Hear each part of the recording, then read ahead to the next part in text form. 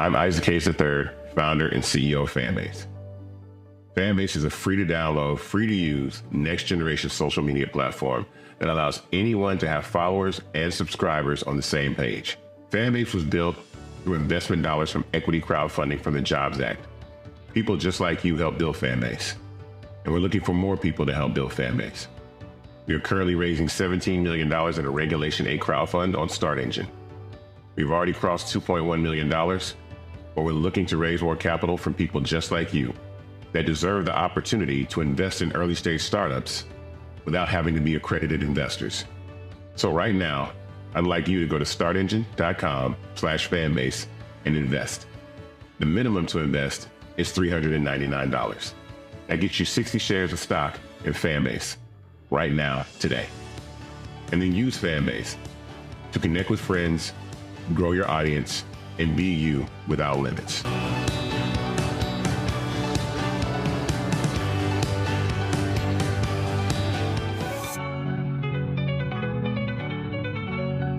Folks, Black Star Network is here. Hold no punches! I'm real revolutionary right now. Black power. Support this man, Black Media. He makes sure that our stories are told. Thank you for being the voice of Black America, Roland. Stay black. I love y'all. All momentum we have now, we have to keep this going. The video looks phenomenal. See, there's a difference between Black Star Network and Black-owned media and something like CNN. You can't be Black-owned media and be scared. It's time to be smart. Bring your eyeballs home. You dig?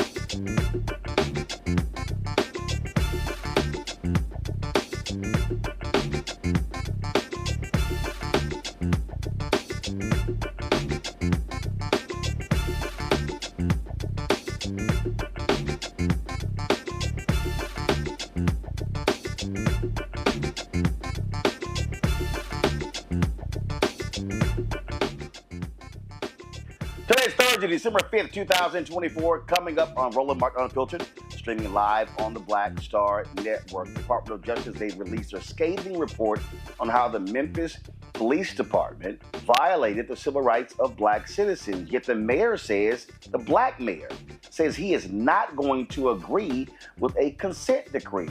I'll talk to a man who says consent decrees are ineffective and a waste of taxpayer dollars, and others say that the mayor said something different when he was running for mayor as opposed to where he is now. We'll also talk to a tech expert about U.S. law enforcement officials urging folks with iPhones and Androids to use encrypted apps amid threats of unprecedented cyber attack from China. In tonight's edition of the Crockett Chronicles, Texas Congresswoman Jasmine Crockett blames Republicans for manipulating the census to favor congressional seats in her home state. Folks, there's lots we're going to talk about. Let's get this thing going. It's time to bring the funk. I'm Roland Martin Unfiltered on the Black Star Network. Let's go. He's got it. Whatever the miss, he's on it. Whatever it is, he's got the scoop, the fact, the find. And when it breaks, he's right on time and it's rolling. Best believe he's knowing. Putting it down from sports to news to politics. With entertainment just for kicks, he's rolling.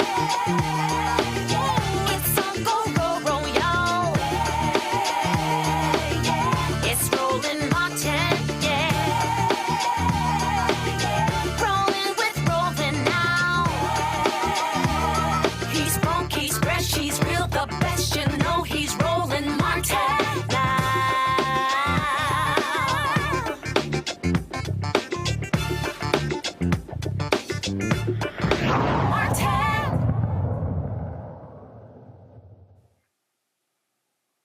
Folks, the Department of Justice says the Memphis Police Department consistently has violated the U.S. Constitution due to a pattern of misconduct involving discrimination and excessive force.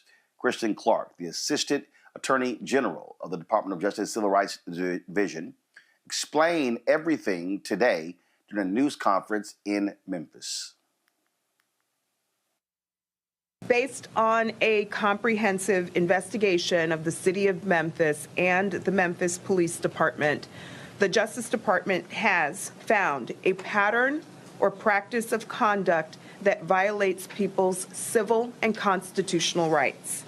Our investigative team includes career attorneys and staff from the Civil Rights Division and the U.S. Attorney's Office, and more than a dozen experts who specialize in police department management, use of force, statistics, and other areas. This investigation was comprehensive and exhaustive. We interviewed dozens of police department officers and many city employees, as well as hundreds of community members and local organizations. We reviewed hundreds of incidents, watched hundreds of body-worn camera videos, read thousands of documents, and conducted statistical analyses of police data regarding officer activities and enforcement. Based on this investigation, we found that the police in Memphis use excessive force, that they stop, search, and arrest people unlawfully, that their policies have a discriminatory effect on Black people, and that they discriminate against people with behavioral health disabilities. Furthermore, we are also concerned that MPD officers unnecessarily escalate encounters with some of the most vulnerable members of this community, its children. Many dedicated police officers in Memphis regularly risk their lives to keep people safe and to protect their rights.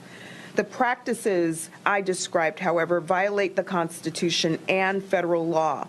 They harm and demean people, and they promote distrust, undermining the fundamental safety mission of a police department.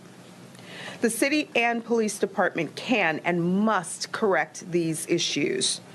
First, the police department must stop using excessive force. Officers often make tough choices in stressful circumstances, but in Memphis, we have found that officers often use unwarranted, serious force in response to low-level violations or traffic offenses. For example, officers tackled a man and held him down by his neck for littering in a park. Officers routinely punish people who flee or don't immediately follow directions. Second, the police department must end unlawful stops, searches, and arrests. Without reasonable suspicion or probable cause to believe the people they stop have contraband or are dangerous or are a flight risk, officers often frisk, search, handcuffed, or hold them. For example, police detained a black man outside of a dollar store and struck him in the leg with a baton and pepper sprayed him in the face. Dollar stores in the area had seen a spate of robberies, but police had no reason to suspect that this man had anything to do with them. Further, without evidence that someone's car contains drugs or weapons, officers often tow and impound the vehicles. Third, the police department must stop policies that have a disproportionate effect on black people in this community. We uncovered racial disparities that cannot be explained by differences in driving behavior. We found that MPD cites or arrests black adults for marijuana possession at 5.2 times the rate of white adults, based on data from 2018 to 2023. Police cite black drivers for equipment violations like tinted windows at several times the rate of white drivers. And between 2018 and 2023, they arrested 121 black children for disorderly conduct compared to just one child during that time period. Fourth, the city and the police department must stop discriminating in their response to people with behavioral health disabilities. When someone in Memphis calls 911 for a medical emergency, medical professionals respond. But if someone calls 911 for a behavioral health emergency, the police respond, even when there is no evident safety risk. One woman encountered police officers 169 times over 5 years. In nearly 95% of these encounters, there were no criminal charges. Instead, police brought her to hospital care. Crisis intervention teams began in Memphis with officers specifically trained in responding to behavioral health calls. Nevertheless, we found that even these officers still used force without justification and without first trying to resolve situations peacefully. One crisis team member acquired the nickname Taserface for his inordinate use of the tool. These team members routinely escalated encounters and used unnecessary force against people with behavioral disabilities, even children. Crisis intervention officers taunted, threatened, and used force against an 8-year-old boy with a history of mental health treatment. Children often suffer harsh treatment from the Memphis Police Department. Officers approach kids aggressively, they use profane language with them, and inflict needless, unreasonable force on them. In one especially disturbing case, a 16-year-old black girl called the police to report that she had been assaulted. When officers arrived on the scene, she declined to hand over her phone. The police handcuffed her and she became agitated. The officers responded by threatening her. Ultimately, they grabbed her and pushed her onto the ground. This kind of encounter potentially harms our children more than the similar conduct harms adults, creating risk of serious long-term harm such as post-traumatic stress, diminished academic performance, or future delinquent behavior. The misconduct that we observe offends the dignity of Memphis residents. It creates stigma and trauma. The practical results of the police department's misconduct often include loss of transportation and consequently employment and separation of families. But let me be clear, these tactics do not make Memphis safer. Discriminatory policing erodes the relationship between the community and the police, making it harder for law enforcement to do their jobs, to detect and solve crime or promote public safety. The violations our investigation uncovered stem from Memphis Police Department's deficient policies, supervision, training, and accountability systems. For example, the department uses traffic stops as a crime reduction strategy, but has not adequately supervised those traffic stops or meaningfully assessed whether this approach actually reduces crimes or violates rights. Further, officers lack clear guidance on what they can and cannot do. Supervisors have ignored or excused clear legal violations. The department does not conduct thorough, objective investigations into alleged misconduct. The city has noted the cost of police reform and consent decrees, but the pattern or practice of constitutional violations our investigation identified costs the city too, and will not be stopped by hopeful words or preliminary changes. Achieving meaningful constitutional policing reform costs time and resources, but not implementing systemic reforms also imposes enormous cost in terms of citizens' rights that are trampled, personal and financial costs and injuries and deaths due to excessive, unnecessary use of force, cost in diminished public safety, and millions of dollars in legal judgments against the city due to constitutional violations. When the Justice Department works with police departments to achieve reform, these costs decrease. For example, our work in cities such as Seattle, Albuquerque, and Baltimore has led not only to declines in use of excessive force, but also reductions in violent crime. We stand ready to continue working with the city. The people of Memphis deserve fair, transparent, non-discriminatory constitutional policing, nothing less. We are prepared to work together to write a new chapter for this city. But make no mistake, the pattern or practice of misconduct that we found in Memphis must end. And federal law authorizes us to sue for an injunction if necessary to accomplish that objective. Now, the report was always supposed to be released today, but the city of Memphis actually got ahead of this report being released yesterday by commenting. Well, after they did so on yesterday, the city of Memphis told the Department of Justice they would not enter into a consent decree. Earlier today, Memphis Mayor Paul Young explained why. Let me be clear that I believe that even one incident of mistreatment by the police is one too many. The report the DOJ released last night, it's going to be difficult to read. Some of the types of incidents that are described are simply not acceptable, and our hearts go out to every person who has been impacted by those actions. Hear me when I say these things, that policing in Memphis must always be ever evolving, constantly improving, and I'm confident that our team is ready to further the work of creating ongoing change. We believe that adjustments we've already begun making must continue and that they must expand. It's my job as mayor to fight for the best interest of our entire community, every member, and that's what I'm here to do today.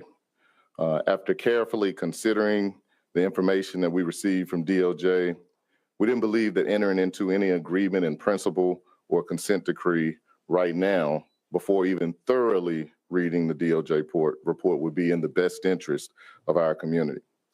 It's crucial that the city has the time to do a thorough review and respond to the findings before agreeing to anything that could become a long-term financial burden to our residents and could, in fact, actually slow down our ongoing efforts to continuously improve our police department. The consent decree in Chicago has cost their city more than $500 million. The consent decree in Seattle has cost their city more than $200 million. In New Orleans, their consent decree has cost them more than $100 million. And from what I understand, in many cases, consent decrees are in place for at least 10 years or more. In some of these cities, crime has actually increased under a consent decree.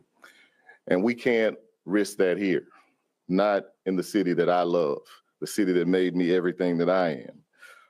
We aren't alone in wanting to pursue a smarter way to make improvements.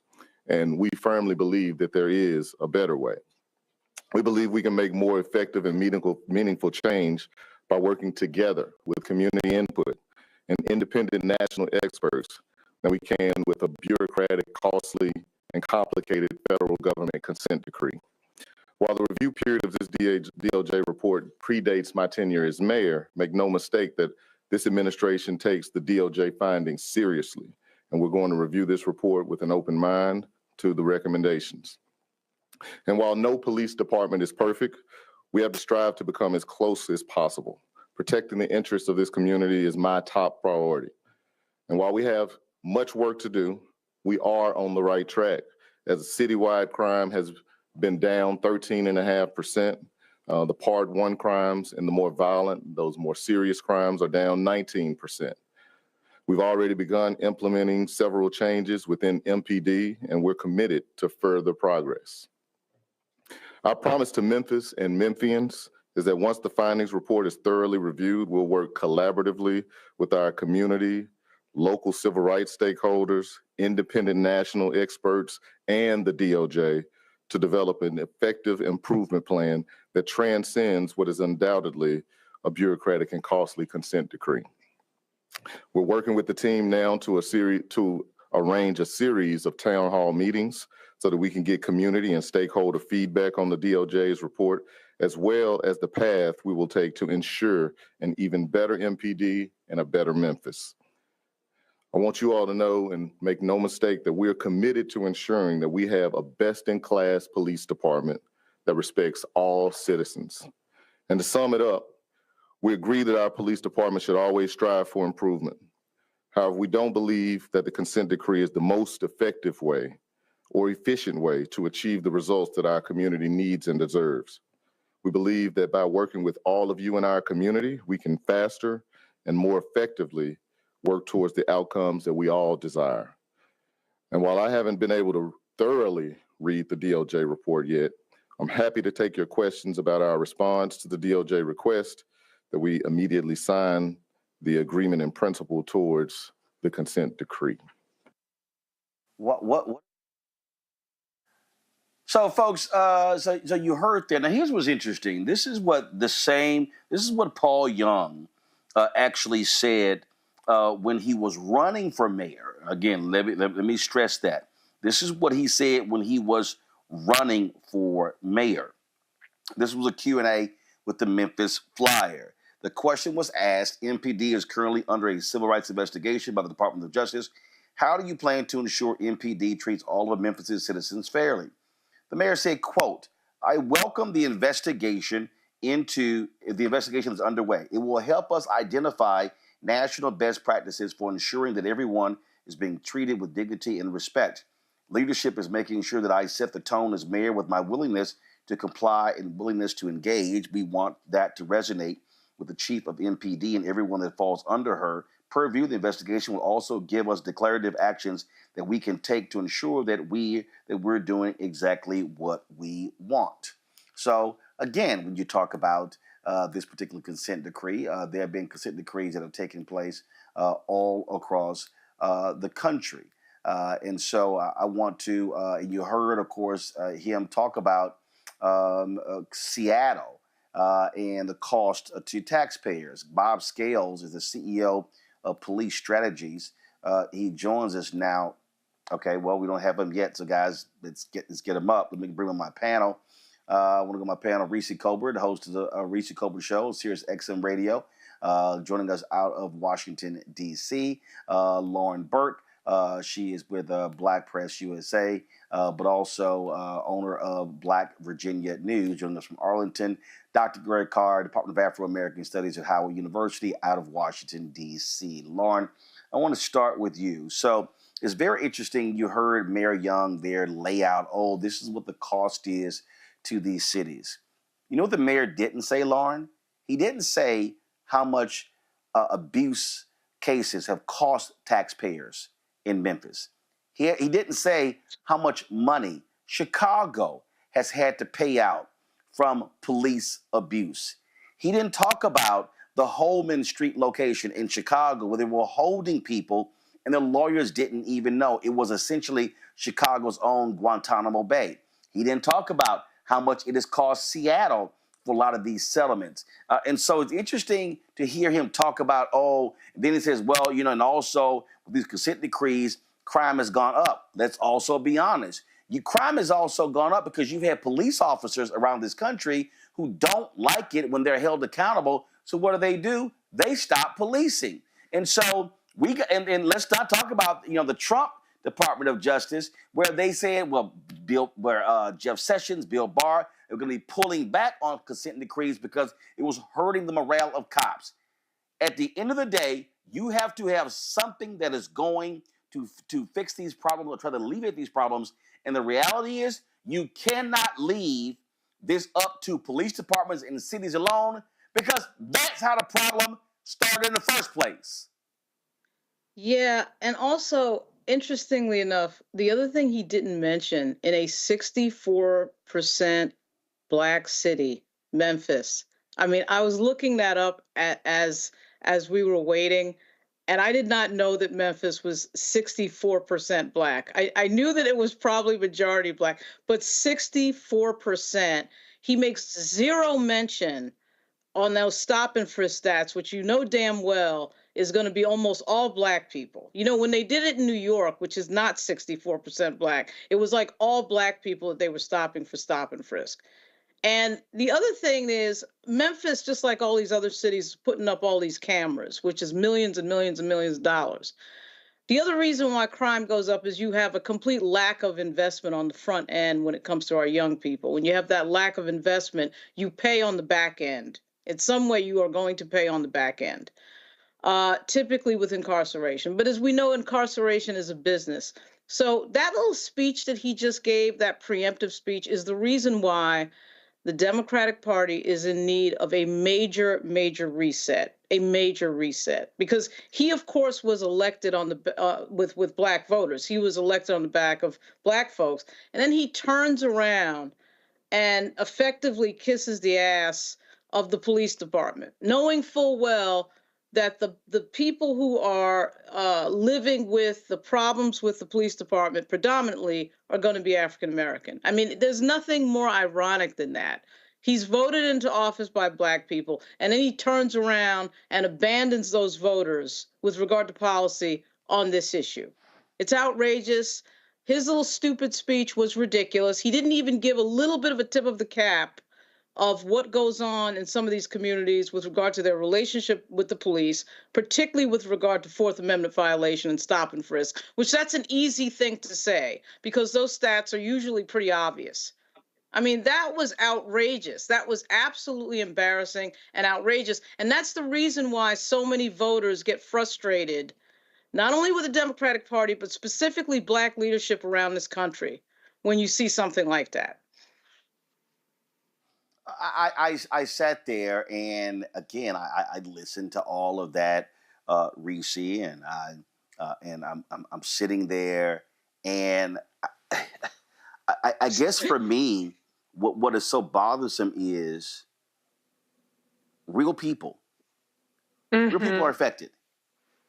The mayor's citizens, and by the way, we reached out to the mayor to get him on the show. We reached out, let me know, Carol, to every city council member. Nobody was available to come on. Now, we had city council members who came on after Tyree Nichols was killed. Mm-hmm. Oh, they had lots to say after Tyree Nichols was killed. But when this report comes out, because this report goes beyond Tyree Nichols, this report talks about the culture of a police department. And the reason, and this is a 70-plus page report, and the reason these reports are important is because this is not taking the Memphis PD. In this report, they actually detail how the internal affairs does faulty and crappy investigations. That's the job of internal affairs, to hold the police department accountable. And so, see, the mayor say, well, this may get in the way of things that we're already putting in place. And again, you notice two things that he did right there. And politicians do this all the time. Okay? Oh, this might cause crime to go up. How? Please state. And then they always like to use money and cost against doing something. Okay, so it's going to be costly. Why is it going to be costly? Because will the consent decree demand more training?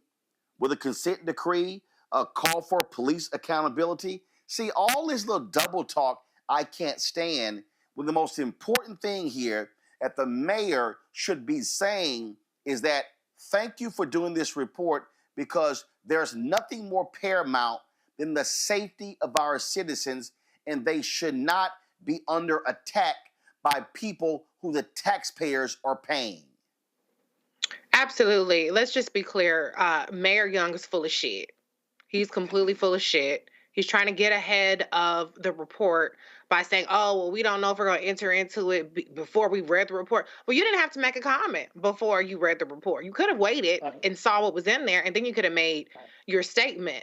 But the reality is that to say that all this money has been spent on consent decrees is not an indictment on consent decrees. It's an indictment on policing. It's an indictment on the idea that if you throw more money at police officers, at training, and at other programs, that's going to reform the system. That's what it's really an indictment on. Seattle has a budget of over $300 million a year on policing. And so the $200 million they spent over a decade that didn't... Wait, hold on, Reese. 40% of Memphis's total budget goes to public safety, goes to police department. 40%.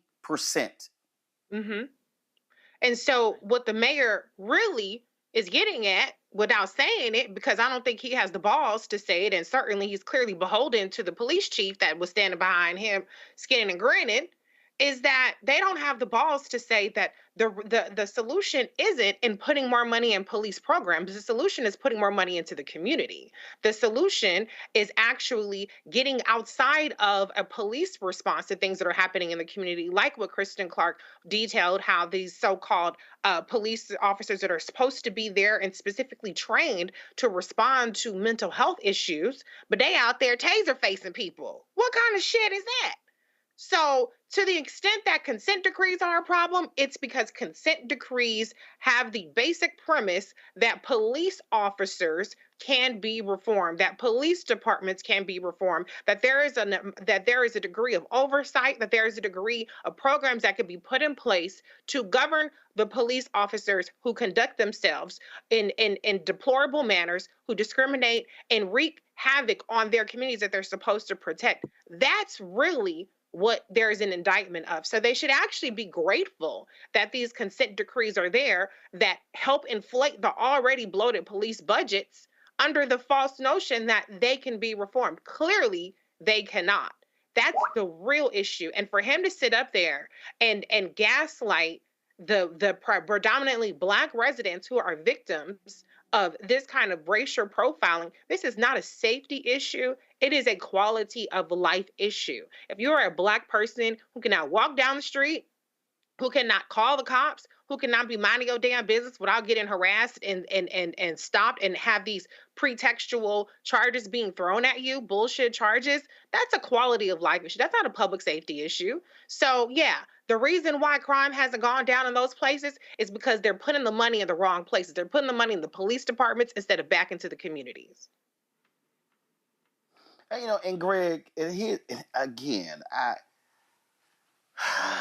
when I listen to these politicians, and I don't care whether they're Black, whether they're white, whether they're Latino, Asian, old, when they go crime, crime, crime. Okay, so if you really want to talk about crime, okay, Mayor, what is your economic plan? What is your education plan? Everybody, we're talking about Memphis. We're talking about the very city the Reverend Dr. Martin Luther King Jr. was assassinated in when he was there fighting on behalf of sanitation workers who were being grossly underpaid and being disrespected. This city has had economic apartheid for the last 60 plus years. And that's the question that should be asked. What is the median family income of a Black family in Memphis compared to a white family? See, when they stand here, and again, it's all about scare tactics. Oh, crime could go up, crime could go up. Because what you have in America, you have an unwillingness of people to hold cops accountable for their awful, bad behavior. And then the DOJ comes in And their job is not to paint a rosy picture, but to paint an honest picture. And here they lay out a damning report that details the violation of the constitutional rights of citizens. And the mayor comes out and goes, oh, this stuff just might be too costly. Well, tell me this then. What's the cost of Tyree Nichols' life? What's the cost of another brother or a sister who is beaten? Tell me, Mayor Young, what is the cost to a family when a young brother and sister has been traumatized by abusive behavior? Are we going to plot an actuary table and then lay out a cost there? See, I'm sick of these people talking about, oh, how much these things are going to cost when people don't want to be beaten. People don't want to be assaulted. People don't want their constitutional rights to be held against them. And the mayor stands there after being elected by the people. Well, you know, I looked at the cost in Chicago. It cost $500 million. The police abuse settlements in Chicago alone are approaching $1 billion. Right. And Mayor Paul Young is complaining that the consent decree has cost them $500 million. Well, please, Mayor Young, please tell the Black families and the Latino families in Chicago that the lives of their sons and daughters are not that valuable because it's going to hurt your city budget. Absolutely. Well, I mean, let's start with first things first. Good to see Kristen Clark there. One of, if not the last times, we'll see her doing some actual work. For people who thought that both parties are the same and blah, blah, blah. That's why we can't have nice things in the United States of America. You could have had her as the Attorney General. And, of course, the hillbilly horde in Tennessee, through the combination of voter suppression and disinformation, delivered that state, my home state, to the white nationalists and the fascists who will make sure that there won't be any more consent decrees. As Robert said yesterday on the show, maybe ever. So we can just put that aside. Mayor Young, brother, blink twice if you're a hostage. I think we know. We all know that you're a hostage. Because he doesn't care. Mayor Young wanted to be the mayor of Memphis. The question is, who bought that seat for him? And that'll be the rich people who live in the suburbs surrounding the city of Memphis. And if there are Black people outside the city of Memphis, just like that white nationalist Jason Mumpower tried to take that little town of Mason in West Tennessee away for the developers, that's who owns Mayor Young. Mayor Young evoked Chicago. Let's be very clear. There are several words that always should inform our thinking on this. One is implementation. Another is investments, and another is expenditure. So let's talk about Chicago just for a split second. $667 million Chicago set aside between 20 and 24 for police reforms because of those consent decree there. As you say, that's less than $1 billion. That's less than the lawsuits, but let's be very clear. How much of that money was actually spent? Brandon Johnson, 2 weeks ago yesterday, put together a proposed 2025 budget for the city of Chicago. It was slashed by 13%. The number of employees charged with implementing the federal court order requiring the Chicago Police Department to stop routinely violating residents' constitutional rights. So he's going to slash the budget. But guess what? That's not even the biggest story. The Chicago Police Department to date has met just 9% of the court order's requirements during that 5-year period. They've spent less than 25% of the allocated budget over that same period, according to their own audits. So it isn't that they've encumbered the money to be spent. They haven't spent the money. But let's put a cherry on top of that. The cuts include the Office of Constitutional Policing Reform. That's going to be chopped in half to about $3.7 million, slashing that workforce to implement now by 57 employees. But guess what? He's proposing, Mayor Johnson is, $194.6 million on top of the money that has been encumbered for 2025. He's going to spend almost $200 million. What? But guess what that number comes up to? It's a 3.2% increase in total spending, but those additional funds will be just enough to cover the cost of employee raises required by the city contract by the Fraternal Order of Police. Mayor Young, blink twice if you're being held hostage. by the damn police union. Not only have they not spent the money in the consent decrees, then to the degree that they're increasing budget for the police department is going to raise this because of that funky ass police union. These paddle rollers are out of control. Not enough people are voting to put politicians not your friend. We could reach into Mayor Young's guts, pull him inside out and make him do what we wanted if enough people got involved in the political process. There's enough blame to go around in this, but I don't blame Mayor Young. He's just a hostage and he's just a politician. And he's going to say whatever he needs to do to keep his job. We don't know whether consent decrees work or not because the money for implementation hasn't been spent. That is always the issue there. All right, we're going to go to a break. We come back. We're going to talk to a guest who says that, in his opinion, consent decrees don't work. Well, let's find out why. You're watching Roland Martin Unfiltered on the Black Star Network, live from the Bay Area. Back in a moment. On the next Get Wealthy with me, Deborah Owens, America's Wealth Coach, Black Americans have 1/10 the wealth of their white counterparts. But how did we get here? It's a huge gap. Well, that's why we need to know the history and what we need to do to turn our income into wealth. Financial author and journalist Rodney Brooks joins us to tell us exactly what we need to do to achieve financial success. You can't talk about why we are, as Black people, where we are, unless you talk about how we got here. Bridging the gap and getting wealthy, only on Black Star Network.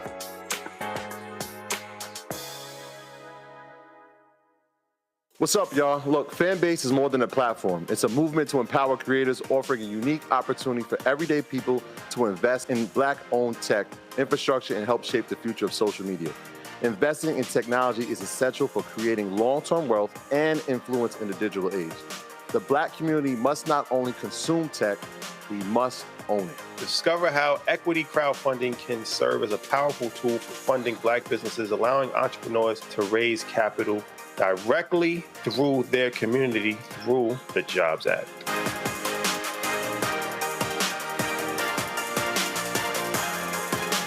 Now streaming on the Black Star Network.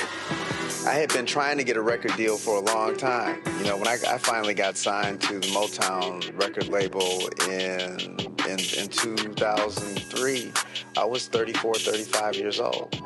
And up until that time, I had been trying to get record deals the traditional way. You know, you record your demo, you record your music, and you send it, you know, to the record labels, or maybe a friend of a friend knows somebody that works for, you know, the record label. And really chemistry that was my last ditch effort at being in the music business. How long have you been trying? I've been trying since I was a teenager. Wow.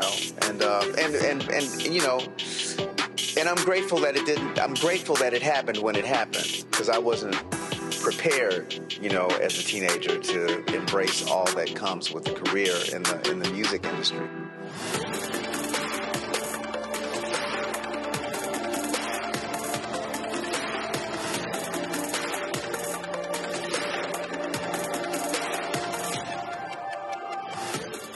Hatred on the streets, a horrific scene, a white nationalist rally that descended into deadly violence. White people are losing their damn minds. As an angry pro-Trump mob storms the U.S. Capitol, we're about to see the rise of what I call white minority resistance. We have seen white folks in this country who simply cannot tolerate Black folks voting. I think what we're seeing is the inevitable result of violent denial. This is part of American history. Every time that people of color have made progress, whether real or symbolic, there has been what Carol Anderson at Emory University calls white rage as a backlash. This is the rise of the Proud Boys and the Boogaloo Boys. America, there's going to be more of this. Here's all the Proud Boys, Dave. This country is getting increasingly racist in its behaviors and its attitudes because of the fear of white people. The fear that they're taking our jobs, they're taking our resources, they're taking our women. This is white fear.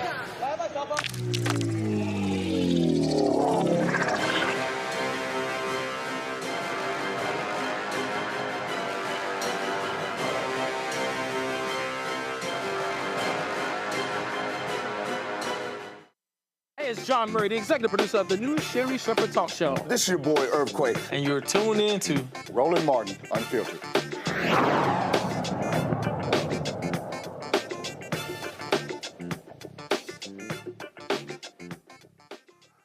Well, folks, you heard Memphis Mayor Paul Young mention Seattle and their consent decree. My next guest was in Seattle when that was going down. Bob Scales is CEO of Police Strategies. He joins us now from Seattle. Bob, first of all, what is Police Strategies? So we're a company that helps law enforcement agencies collect and analyze and report on their data, mostly use of force data. Okay. And you are, in terms of when you say help law enforcement, are you funded by police departments or are you funded by other sources? So, like, what are you, are you hired by police departments? Yeah, so one of the big problems we have is that there is no national and very few statewide use of force databases. So oftentimes when we talk about use of force, we're operating without any data. And there aren't any evidence-based best practices for use of force policies or training. So one of our goals is to help law enforcement agencies understand their use of force data so they can make better policy and training decisions. Okay, so why do you say consent decrees are ineffective? Well, my first experience with consent decrees was in Seattle in 2011 when the Department of Justice announced that they were doing a pattern of practice investigation of Seattle PD. And I was in the Seattle City Attorney's Office at the time and was selected to represent the city during the investigation. That was a very quick investigation. It lasted 8 months. And then in December of 2011, the DOJ issued their findings letter, and we disagreed with their findings. And we asked to, basically DOJ said 20% of Seattle PD's use of force were excessive or unnecessary and unconstitutional. And we said that's not possible because we review all of the use of force incidents. So we asked to see the incidents that they found to be unconstitutional, and they refused to provide us with those incidents. We asked to talk to their experts and review their methodology, and they refused to identify their experts or provide the methodology. And it was very quickly, when we reviewed their findings report, we found a number of errors and fabrications in the findings report. And then it all sort of snowballed from there, and we saw how ineffective the entire system was. When you say you found errors in there, first of all, you were working for the city of Seattle.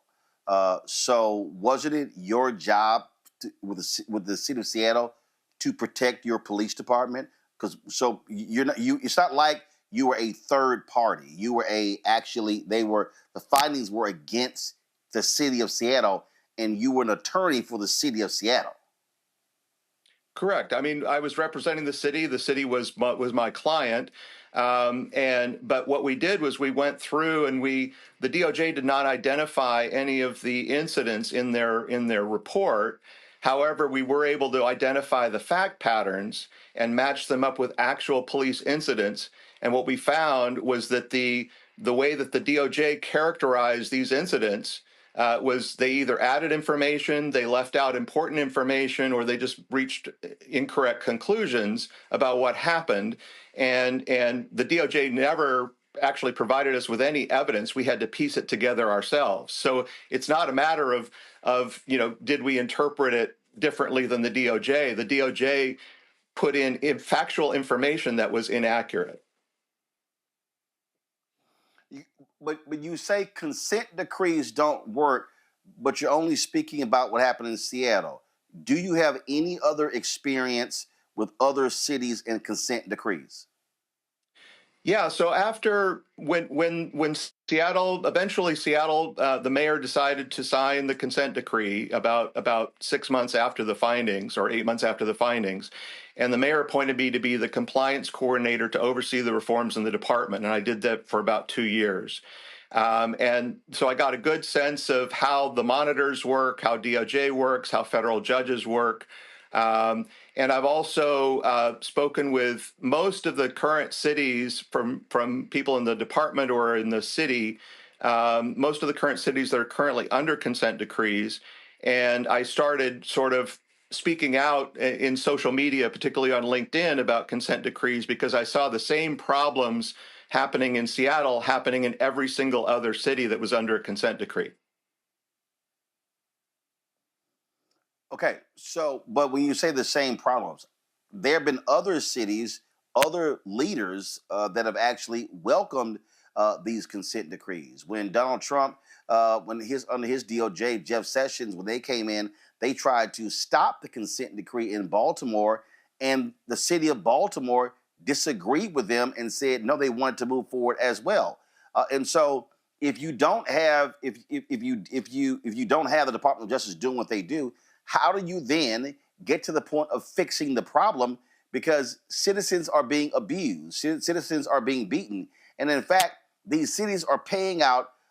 We're approaching we're there billions of dollars in settlements due to the abusive, unconstitutional actions of cops. Yeah, well, you're absolutely right that some cities have actually requested the DOJ to come in and investigate and welcome a consent decree. Baltimore is one example, New Orleans is another, and Chicago, Mayor Rahm Emanuel. Philadelphia, Yeah, exactly. So that's absolutely right. And what you'll also find is every one of those cities regrets after 10 or 15 years of a consent decree, and after spending $100 million or more in costs, and after having, under the supervision of a federal judge that knows nothing about law enforcement, a monitor that knows nothing about law enforcement, and is making a profit, they find that their department and their public safety is much, much worse off than before they started. And so, and how do you tie that to the consent decree? So when you say it's much worse, how is it worse? And how are you blaming that on the consent decree? Right. So Professor Roland Fryer from Harvard University is an economics professor. He did a study of pattern of practice investigations and consent decrees, and he found that during the first few months or years of a consent decree, violent homicides go up, and there were, I think he studied about 15 cities. There were an additional 900 homicides in those cities with consent decrees, and he attributed that to depolicing and disengagement. Because when the DOJ comes in... Hold on one second. Okay, just right before you stated that, you said that federal judges and monitors know nothing about law enforcement. What does an economics professor at Harvard know about law enforcement? He was studying data. He wasn't trying to manage departments. He was studying data and using statistical techniques to determine that the violent crime and homicide levels went up after a pattern of practice investigation, and he attributed that to the depolicing and disengagement effect. Because when the DOJ comes in, what they're telling officers is, we don't want you to make stops, we don't want you to make arrests, we don't want you to use force, we don't want you to get complaints, and the only way that the officers can comply is to basically disengage and not do any proactive policing and only respond to 911 calls. And that's what happens in every single city that is under investigation and goes into a consent decree, is you have this massive drop in arrests and an increase in crime. Well, you're citing Roland Fryer's data, but literally at Harvard, Justin Feldman literally lays out that Fryer's data was wrong. There are individuals that actually dispute Fryer's report. Other folks and academics who do so. But you talk about what the department, what DOJ actually says. Well, this is what we also know. We know this for a fact. I lived in Chicago for 6 years, where there were cops in Chicago don't like oversight, don't like having to report various things. Cops in Chicago admitted breaking radios, admitting not turning on body cameras, not turning on dashboard cameras. And so how do we also account for cops who don't want any accountability, and they are making decisions that, oh, you know what? I'm just going to take this check and do nothing. And so what are we supposed to do when you still have citizens who are being abused, who are being beaten, when you have cops who don't want to be held accountable. Right. There are many problems with law enforcement. There are many bad officers that should not be police officers. The question is, what do we do about it? There's no consent decree that's been successful. There's no consent decree that has actually improved the constitutional policing in any city. What DOJ has the authority to do, but they rarely do, is prosecute the officers that actually commit the offenses. And if they did that, instead of blaming the mayor, blaming the city council, blaming the police chief, blaming policies, blaming training, they blame everybody except the officers that commit the crimes. And they let those officers, for example, in Minneapolis. Go ahead.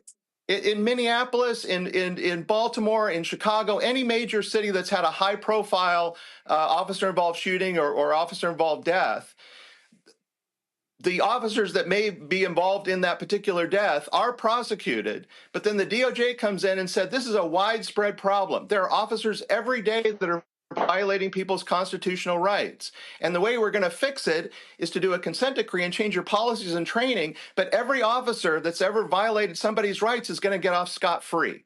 Because the DOJ does not prosecute officers. They try to do these phony consent decrees that do nothing.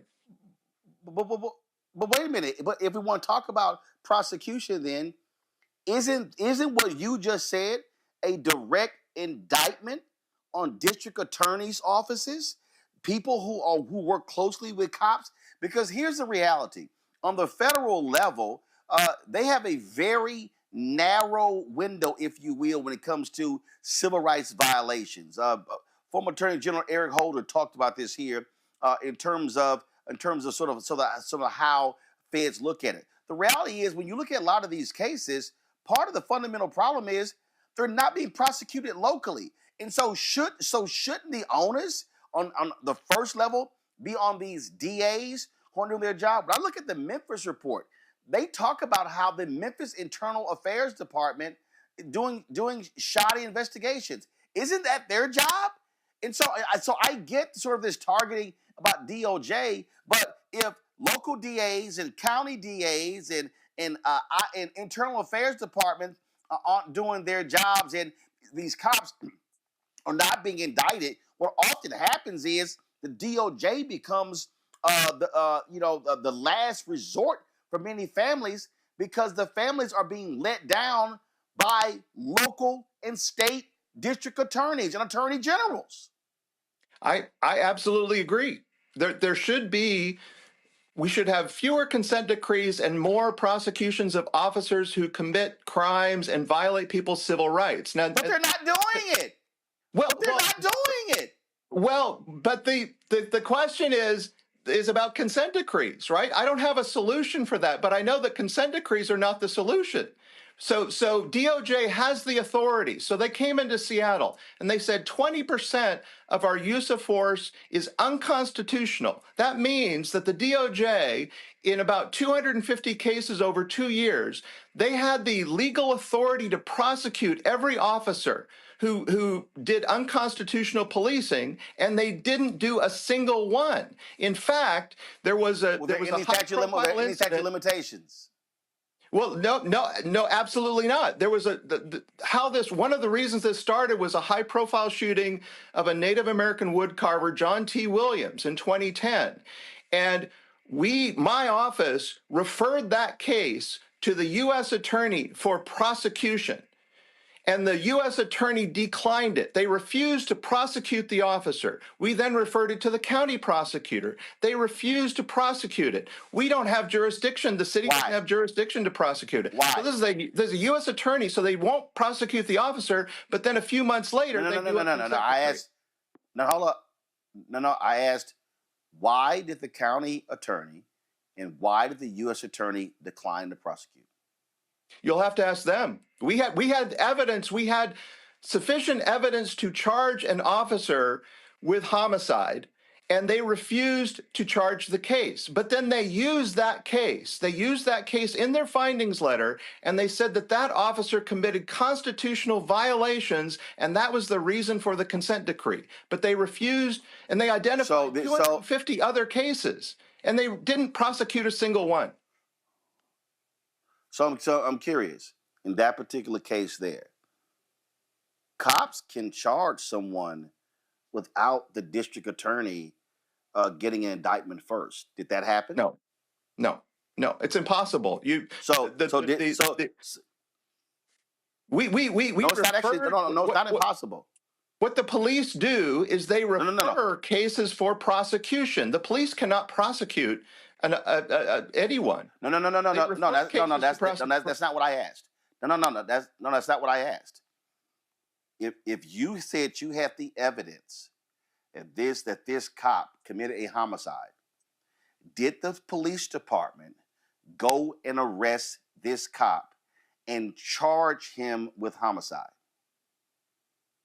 He was not arrested, but he was referred. The case was investigated, and the case was referred to the U.S. attorney and the county prosecutor for prosecution, and they refused to indict the officer. Here's my. See, again, I'm going to ask this question again, because this is the problem that I've covered way too many of these cases, and this is what happens. The police can actually arrest someone based upon their evidence, charge them with whatever that particular crime is. Then the next step is it going to the DA's office for an indictment. What I'm asking is, did the police in Seattle arrest this cop saying we are making this arrest of homicide, and now after he's been arrested, now will the DA actually go seek an indictment? So what I'm asking is, did the police in Seattle arrest that cop and charge him with homicide? The police department's charging actions are separate from the prosecution's actions. So I want to know, what did the police do? That's not accurate. No. So the police, you're correct that the police could have arrested the officer, but officers are not arrested until they are indicted, because arrest is used when the individual represents an immediate threat to public safety. So when officers, a police officer who kills somebody, that's not an immediate threat to the public? Well, what happens after every officer-involved shooting in every jurisdiction I know of is that the officer is immediately taken off active duty, right? And normally their firearms are taken away and until the investigation is completed. So that officer was actually fired just a few days after the incident. So he was fired by the police department. So he was no longer a police officer. But the issue is not whether he was arrested or not. The issue is, and the police cannot charge anyone. All they can do is refer a case for charging. Only the district attorney or the U.S. attorney can file charges. And so in every case, for example, Derek Chauvin, he wasn't arrested after the incident, but as soon as the indictment was filed, then he was arrested and arraigned. That's the way our system works. That's part of the problem we have in our society. We have a completely separate law enforcement system when it comes to cops and when it comes to everybody else. My panel has questions. Lauren Victoria Burke, you're first. Yeah, I don't know where to begin. My head is sort of spinning a little bit. I mean, Bob, don't you think that it's really the case that the consent decrees don't work because cops effectively in our society are a protected class, right? I mean, politicians protect police. Police are immune from most criticism, and this idea that the money. I thought that your point with regard to money was particularly laughable. My father was a cop in New York, and so my education, everything else was paid for by that on overtime. Police overtime in New York is through the roof. This idea that the consent decree is really expensive and so we shouldn't do it. Are you kidding me? We spend millions and millions and millions in this country on law enforcement. Law enforcement gets what they want. When they ask for money, they get money. There's not a politician, Democrat or Republican, that wants to be on the record against law enforcement funding. So, I mean, this idea that we as a Black community will sit here and watch video of Walter Scott getting shot in the back and Eric Garner getting choked out on the street and all these other things, George Floyd, and not be a little bit disgruntled about that, I think is outrageous. I mean, we should be having more than just this, consent decrees. You've got to be kidding me. I mean, this idea, I think it was 2015 when Eric Holder, after Ferguson, Eric Holder investigated Jennings and Ferguson, and we found out that the cops were fleecing the Black community in Ferguson. This is data. You want to talk about data and rolling flyer? Let's talk about data. I mean, we've got so much data on this that it's ridiculous. So when you say that the consent decree doesn't work, it doesn't work because we in this society really respect and value and protect cops. Cops are a protected class. They're an undeclared protected class. So I have no question. I guess that's my comment. But I find your entire thesis to be a little bit based on Washington State, a little bit challenging. I mean, I know you know about the ACLU suing the city of New York on stop and frisk, and they were stop and frisking basically all Black people, all Black men. So, you know, give me a break with this general idea that we shouldn't be questioning law enforcement. Well, that's not what I said.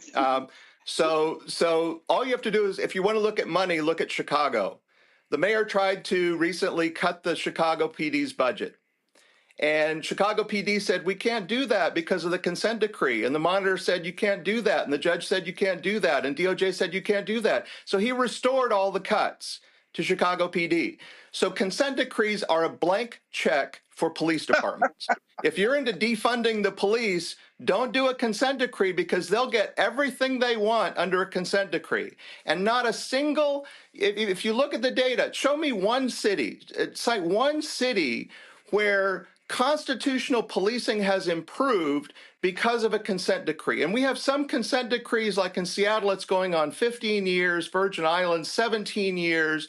You know, how long does it take to reform a police department? We're not reforming police. But Bob, is right? it? I mean, we're not. The idea that we're somehow going to change the police in this country in itself, whether there's a consent decree or not, whether $100 million is spent or not, you know and I know that that's not going to happen. Police have a great deal of power in the United States of America. We spend millions of dollars out of budgets on police. That's not going to change. They're going to. You just saw probably the piece we just had in Memphis. They stop and frisk who they want. There are clear Fourth Amendment violations, and as long as you do it with the Black community, no one is going to say anything. So this idea that somehow, you know, wow, the biggest problem that we have here is that, wow, these naughty consent decrees. Really? Really? Tell that to the family of Walter Scott and Eric Garner and George Floyd. One second. I said they don't work. The consent decrees don't work. If you want to spend money, I want to show this. Bob, one second. Prosecute officers. Do that. Bob, first of all, on this show, we've long said prosecute officers, but the problem that you have in prosecuting officers is that you have DAs who work with those very officers, and guess what? Cops rebel. No. One second. And again, part of the problem is that how the federal laws are set up. They have a very narrow window. When you talked about money, I pulled this up. That's not true. Chicago taxpayers should. One second. First of all, Bob, we literally have had the Attorney General of the United States state that. So I'm only stating what Eric Holder said. And it's not true. I'm going to say this because here. All you have to do is one second. Between 2000... Bob, 1 second. Between 2019 and 2020... Bob, 1 second. Bob, 1 second. Bob, 1 second. Bob, 1 second. I want to speak to the money part. This is Chicago. Between 2019 and 2023, Chicago taxpayers paid $164.3 million to resolve lawsuits that named 200 Chicago cops. In all, the city spent $384.2 million to resolve lawsuits alleging approximately 1,300 Chicago police officers committed a wide range of misconduct. And if we go to New York, that number is approaching $1 billion. So the reality is the amount of money we're spending with these lawsuits is unbelievable. Reese, what's your question? I just want to clarify that the money is not spent on consent decrees. The money is spent on corrective actions that are identified and agreed upon within consent decrees. Consent decrees themselves don't cost money. You have a monitor, you have judges. That's not what's costing hundreds of millions of dollars. It's the programs, the ineffective programs, which I would agree with you if you want to say that the programs implemented supposedly to bring these police departments into compliance are ineffective, but that's not the consent decree itself. It's the programs that are selected. So my question would be, you say prosecute police officers. You can't prosecute a police officer for pulling somebody over for driving while black, for roughing up a teenager, for harassing and stalking and things like that they do that erode the quality of life in these communities. And that's a big part of why these police departments are under consent decrees. So if self-governance doesn't work prior to the consent decrees, if consent decrees don't work, then based on your extensive experience, what are the kinds of reforms can work? Because to me, the takeaway from this discussion is that policing is unreformable and that the solution is to spend less money on policing itself, not more money, because we're not changing the legislation around police accountability. And so my takeaway is, why are we spending more money on policing for any reason? Yeah, well, my answer is what we need is more accountability. Just as you said, DAs are unlikely to prosecute, et cetera.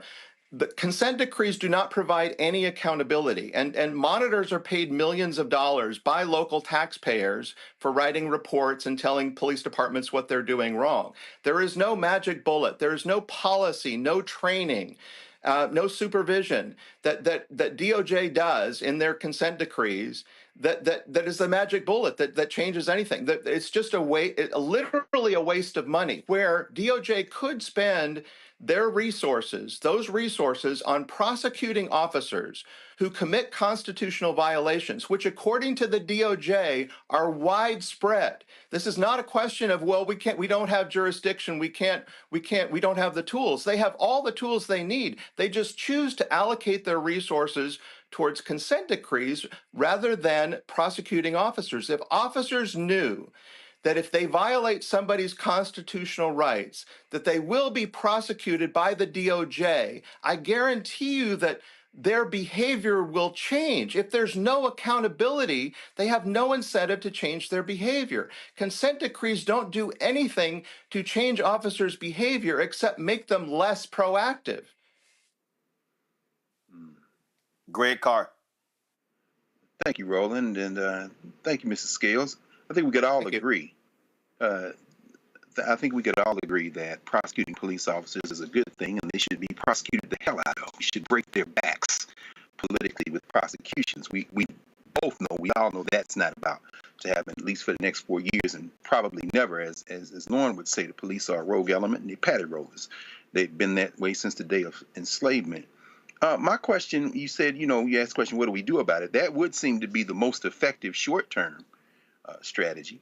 And I'm glad you brought up Chicago. We talked about that a minute ago. And indeed, the mayor did have to restore that money. And of that almost $200 million he's proposed in terms of an increase in 2025, that just about matches the 3.2% increase in just enough to cover the cost of employee raises required by the funky fraternal order of police. So as you said, you had to restore that, but it's going to their pockets, not going to any reform. And in fact, he fired the guy who was over what was it named? The Office of Constitutional Policing and Reform, Bob Boyk.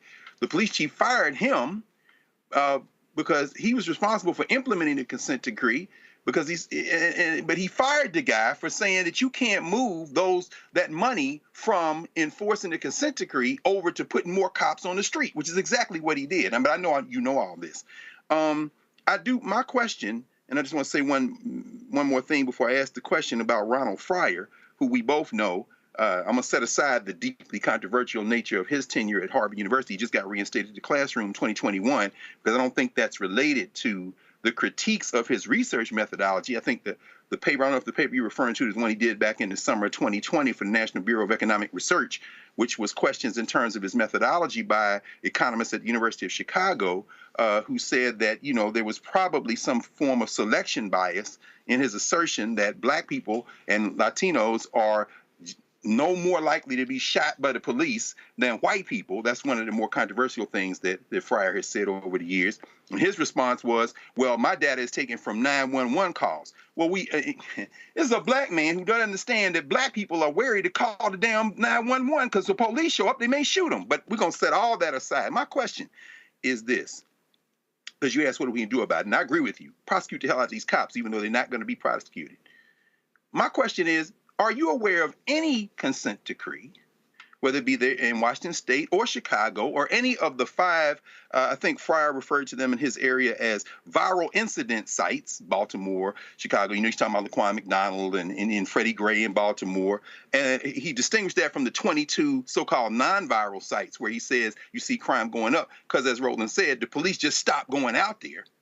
Are you aware of any city, including the one you work the closest with, where consent decrees have actually been implemented by taking financial resources and putting them where the consent decree says they need to be put, as opposed to taking the money and either not spending it? Remember, 25%, only about a quarter, less than a quarter of the Chicago budget that was allocated for consent decrees was ever spent on consent decrees. Are you aware of any city, the one you study closest, where that money was actually put someplace other than money given more to the damn police to shooting us in the first place?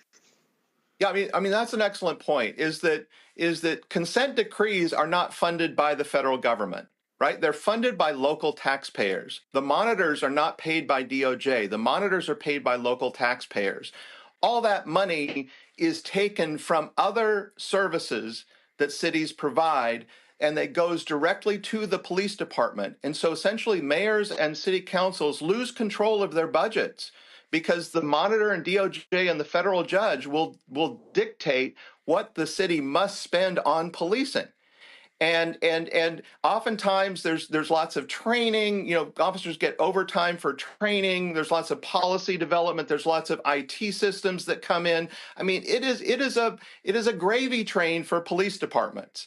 And meanwhile, other city services, particularly in areas that desperately need it, go down. And just another point about the Roland Fryer. I mean, I understand there's always. I mean, I do this sort of for a living, and people always argue with my findings and my data and so forth. The thing that I really like about Roland Fryer's papers is that it really does confirm everything that I saw that happened in Seattle. In Seattle, when the DOJ came in, we saw nonviolent misdemeanors, arrests for nonviolent misdemeanors drop by about 90%. So things like in the park after dark and loitering, and some people might say that, well, that's a great thing. We don't want police doing that. But the result is when you don't enforce these low-level quality of life crimes, then other crimes start. When people figure out there's no enforcement, and if nobody calls 911, then crime starts increasing. And I also knew firsthand all these officers who told me personally, I'm not going to do anything while the DOJ is here. Right? I'm just going to sit in my car, wait for a 911 call. And you can't, there's no way to force officers to be proactive. And so the morale, I mean, it just makes, and then it becomes this division between the community and the police. I mean, it just goes on and on and on. And you can't, certainly there's a reason why Roland Fryer and, what's the boy name? Glenn Lowry. There's a reason why they're darlings of the right. These are two Negroes who you can take their work and use it to basically it's confirmation bias. First of all, there's already a division between the police and black people. That division was there from the beginning of the police. But my direct question was, are you aware of any city, including the one you worked in, where the policy-making recommendations of the consent decrees were actually implemented? You just said yourself that once you get that money to the local money is given to police, they do whatever the hell they want. And in Chicago, they spending it on raises because they got the damn police union got them by the throat. Are you aware of any city, including the one you work in, where those recommendations, the dollars went to fulfill those recommendations? Oh, absolutely. They do. They do. And the reason but just to your point, the reason that consent decrees go on for so long is because of just what you said, right? It starts out, a consent decree will start out on paper, you do these 10 things. But by the end, it's like the monitor and the judge and DOJ want 100 things. And the money, you know, you've got union contracts, et cetera. The money goes other places and so forth. So that there's, almost 20 years were going on in some agencies under a consent decree, and they're still not quote unquote reformed yet. So what will it take? And then the other question is, after they have a new policy and a new training, if these are the policies and training that will really work and solve all your constitutional police problems, then why isn't every agency doing it? Right? There is no silver bullet here. It's just a money making. So allow me to fight this final comment before we go, because my next guest is waiting. Let me also remind everybody who's watching. Bob said that, well, the answer is to prosecute these cops. I remember there was a woman named Marilyn Mosby who prosecuted cops in Baltimore. And what did the police department do? They rebelled against her. They said, we're not going to even work. I know when Kim Foxx prosecuted cops in Chicago, exact same thing happened. In fact, there was a judge in Chicago who reported 8 to 10 cops to the police review board, who said that he knew for a fact that these cops were lying on the witness stand. We have evidence all across the country that when cops are prosecuted by district attorneys, the cops rebel. So guess what, Bob? If the DOJ prosecutes them, the cops are going to be pissed. If the local DAs prosecute them, the cops are going to be pissed. And the reality is, we have a system where the blue line protects one another, and they despise accountability. So they don't want the DOJ. They don't want the state attorney general. They don't want internal affairs. They don't want the mayor. They literally want to be able to do what the hell they want to do. So I guess the reality is, we're just never going to have a reformed system as long as the cops have they can do whatever they want with impunity because they don't want any accountability. Final comment before I got to go. That's why DOJ has the ability to change everything. If they shifted from consent decrees to prosecuting officers, there's nothing the cops can do against the DOJ. They can't recall them or complain about them or whatever. And DOJ has within their authority and their power the ability to dramatically reform and change policing if they chose to use it. Question is, Bob, do you agree with getting rid of qualified immunity? No. I mean, the thing is that the qualified immunity is not about prosecuting officers, right? That's civil liability. We're talking about prosecuting officers. I don't think the civil liability is going to change much, but the prosecuting officers, if an officer knows if I violate this person's constitutional rights, I could go to jail. That is the best deterrent you have for bad policing. Well, guess what, Bob? I know a lot of people that said if we impose the death penalty, that is going to be deterrent against murder. It didn't happen. I know for a fact that the reason those cops continue to do what they do, because they know that the system that we have, this is what they know. They know that district attorneys are afraid to prosecute them because those same DAs want the police union's endorsement.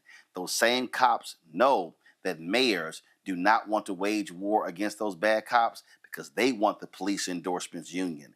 And they also know that when they go to, if they do get indicted and go to trial, juries are more than likely to acquit cops of bad behavior, even when it is clear, it's undeniable, because in our society, we have scared people so much that say, don't you dare oppose cops because we need them. And so I guess we never gonna fix this problem, because it is literally, the deck is stacked in favor of cops against everybody else. But we appreciate it. Thanks a lot. Thank you. Folks, we're going to a break. We come back. We're going to talk about why is the FBI telling people if you have an Android or an iPhone, you should be using encrypted apps and not sending text messages. We'll have that for you. Next, Roland Martin Unfiltered on the Black Star Network. When you talk about blackness and what happens in black culture, covering these things that matter to us, speaking to our issues and concerns. This is a genuine people-powered movement. There's a lot of stuff that we're not getting. You get it, and you spread the word. We wish to plead our own cause. Too long have others spoken for us. We cannot tell our own story if we can't pay for it. This is about covering us. Invest in black-owned media. Your dollars matter. We don't have to keep asking them to cover our stuff. So please support us in what we do, folks. We want to hit 2,000 people, $50 this month, raise $100,000. We're behind $100,000, so we want to hit that. Y'all money makes this possible. Check some money orders. Go to P.O. Box 57196, Washington, D.C. 20037-0196. PayPal is R Martin Unfiltered. Venmo is RM Unfiltered. Zelle is Roland at RolandSMartin.com.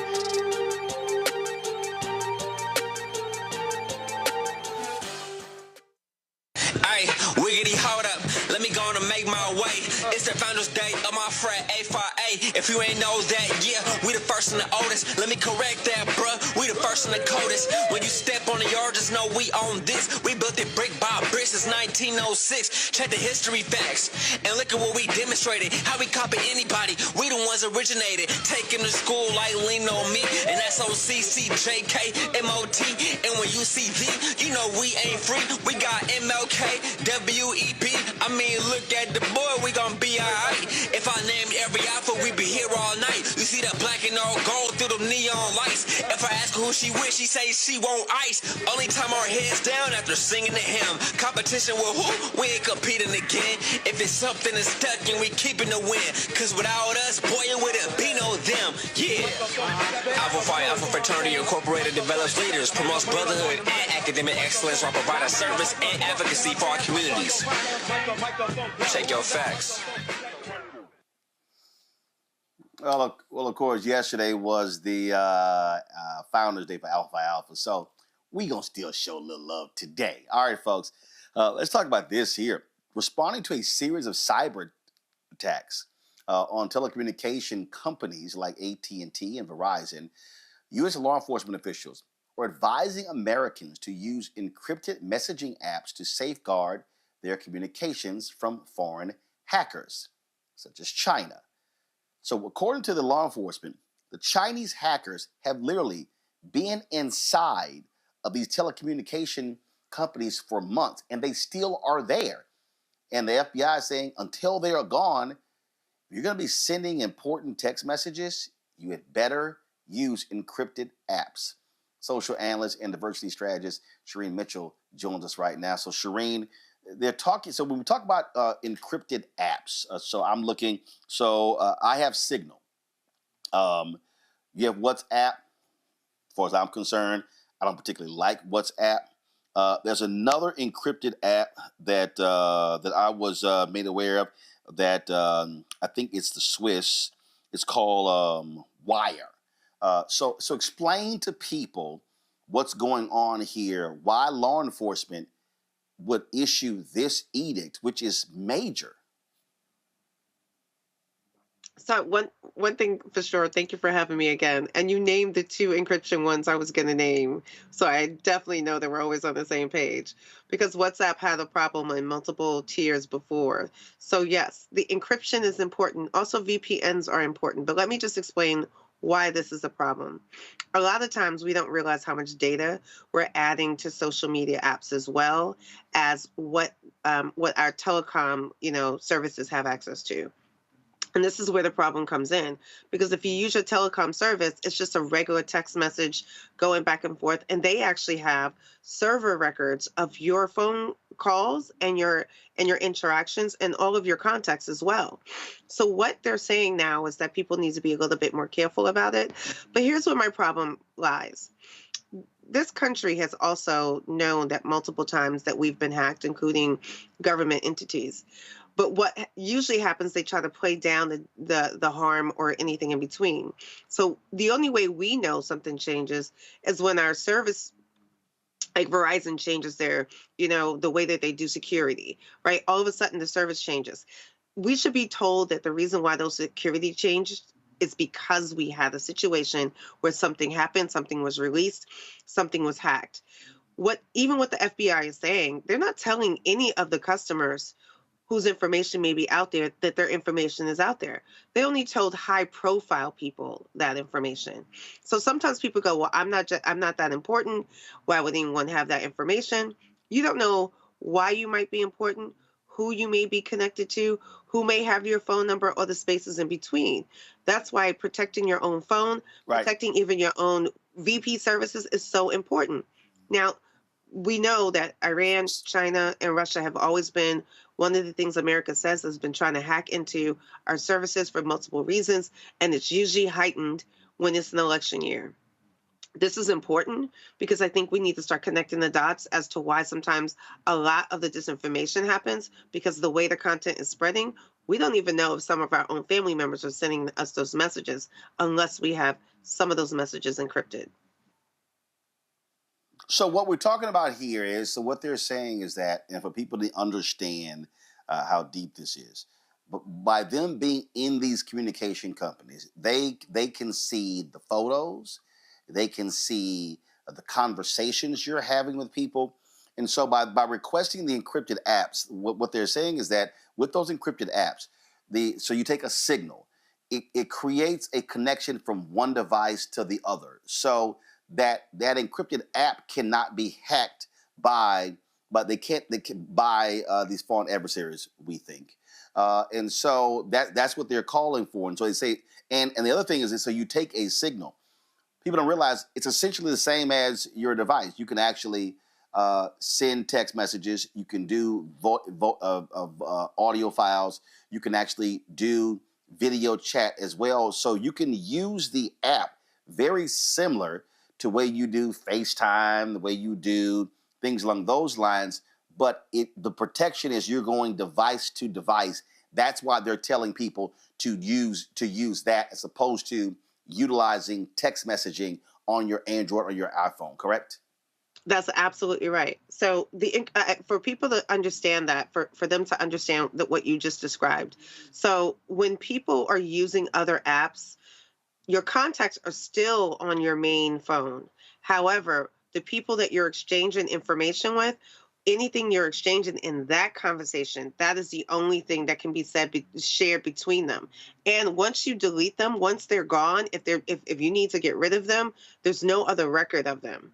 With your phone, with the service, the record still is on their server. Even if you delete them, that doesn't mean it's deleted on the server. That's the difference. I'm hoping that people understand what that difference is. So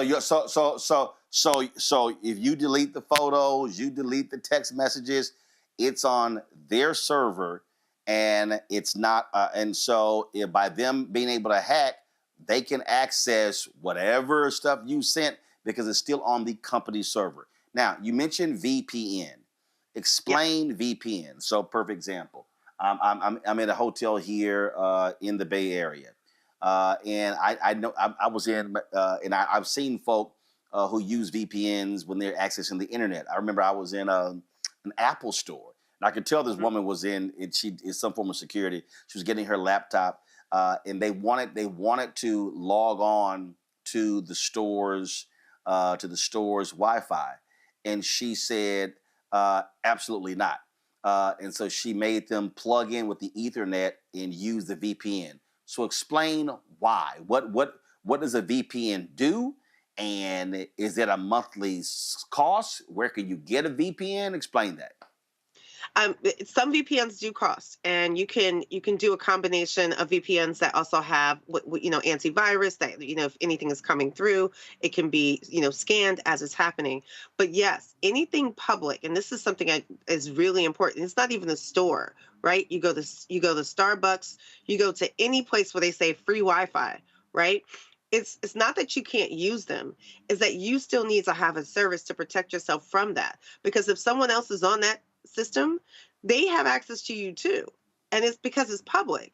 So if you don't have anything to protect your system, other people will have access because it's a public system. All they have to do is log in. So Shireen, so explain how it works. So if I got a VPN and I'm somewhere and they got public Wi-Fi, okay, how does that work? Okay, what do I do? Okay, so what happens? So for example, I'm gonna make it simple. So for example, if I have a VPN on my web browser, like when I'm looking at something and I'm scrolling through something and I have a VPN, my VPN basically has a completely different IP address than my actual phone or my actual device. So even if someone discovers the IP or anything in between, they won't know or won't have access to my actual machine. It'll be a completely separate number that has no connection to my devices. That's what's different. If you keep it open and you have your original IP, that means that once you give your IP to that public service, they have your device IP, and you only have one IP for your device. If I come up with VPN numbers, I have different VPNs, but they're connected to my device, but they're not actually my device VPN. Got it. All right. Questions from my panel. Reese, you first. Yeah, I mean, if Signal and WhatsApp and all this stuff can't do that, why the hell can't the telecoms companies do that? Why we got to download a whole ass different app when shouldn't they have the same technology? Like, what's going on? That's what I'm trying to understand. So, Reese, I totally get the question, but like for them, right? It's them using all of their servers, and it's not that they don't have the access to like try to encrypt things, but the thing is, all of our data is on their servers. Like every one of us has a place on their servers, and if someone hacks one of their servers, has access to one of their servers, they have access to everyone on that server. So that's where the problem is. And I'm not trying to say that there's an easy answer to this, but it just simply is.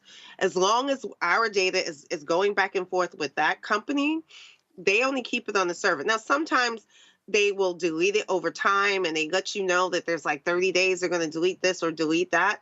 You have no knowledge of that timeline, when they do it, when it happens, and all that space in between. So having a separate app ensures that no matter what they do, no matter what their decisions are, no matter who's working for them, because sometimes those hackers are inside, right?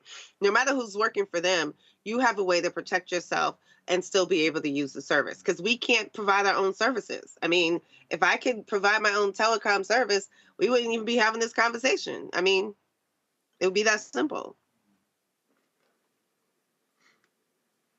All right, Greg. Thank you, Roland, and thank you, Ms. Mitchell.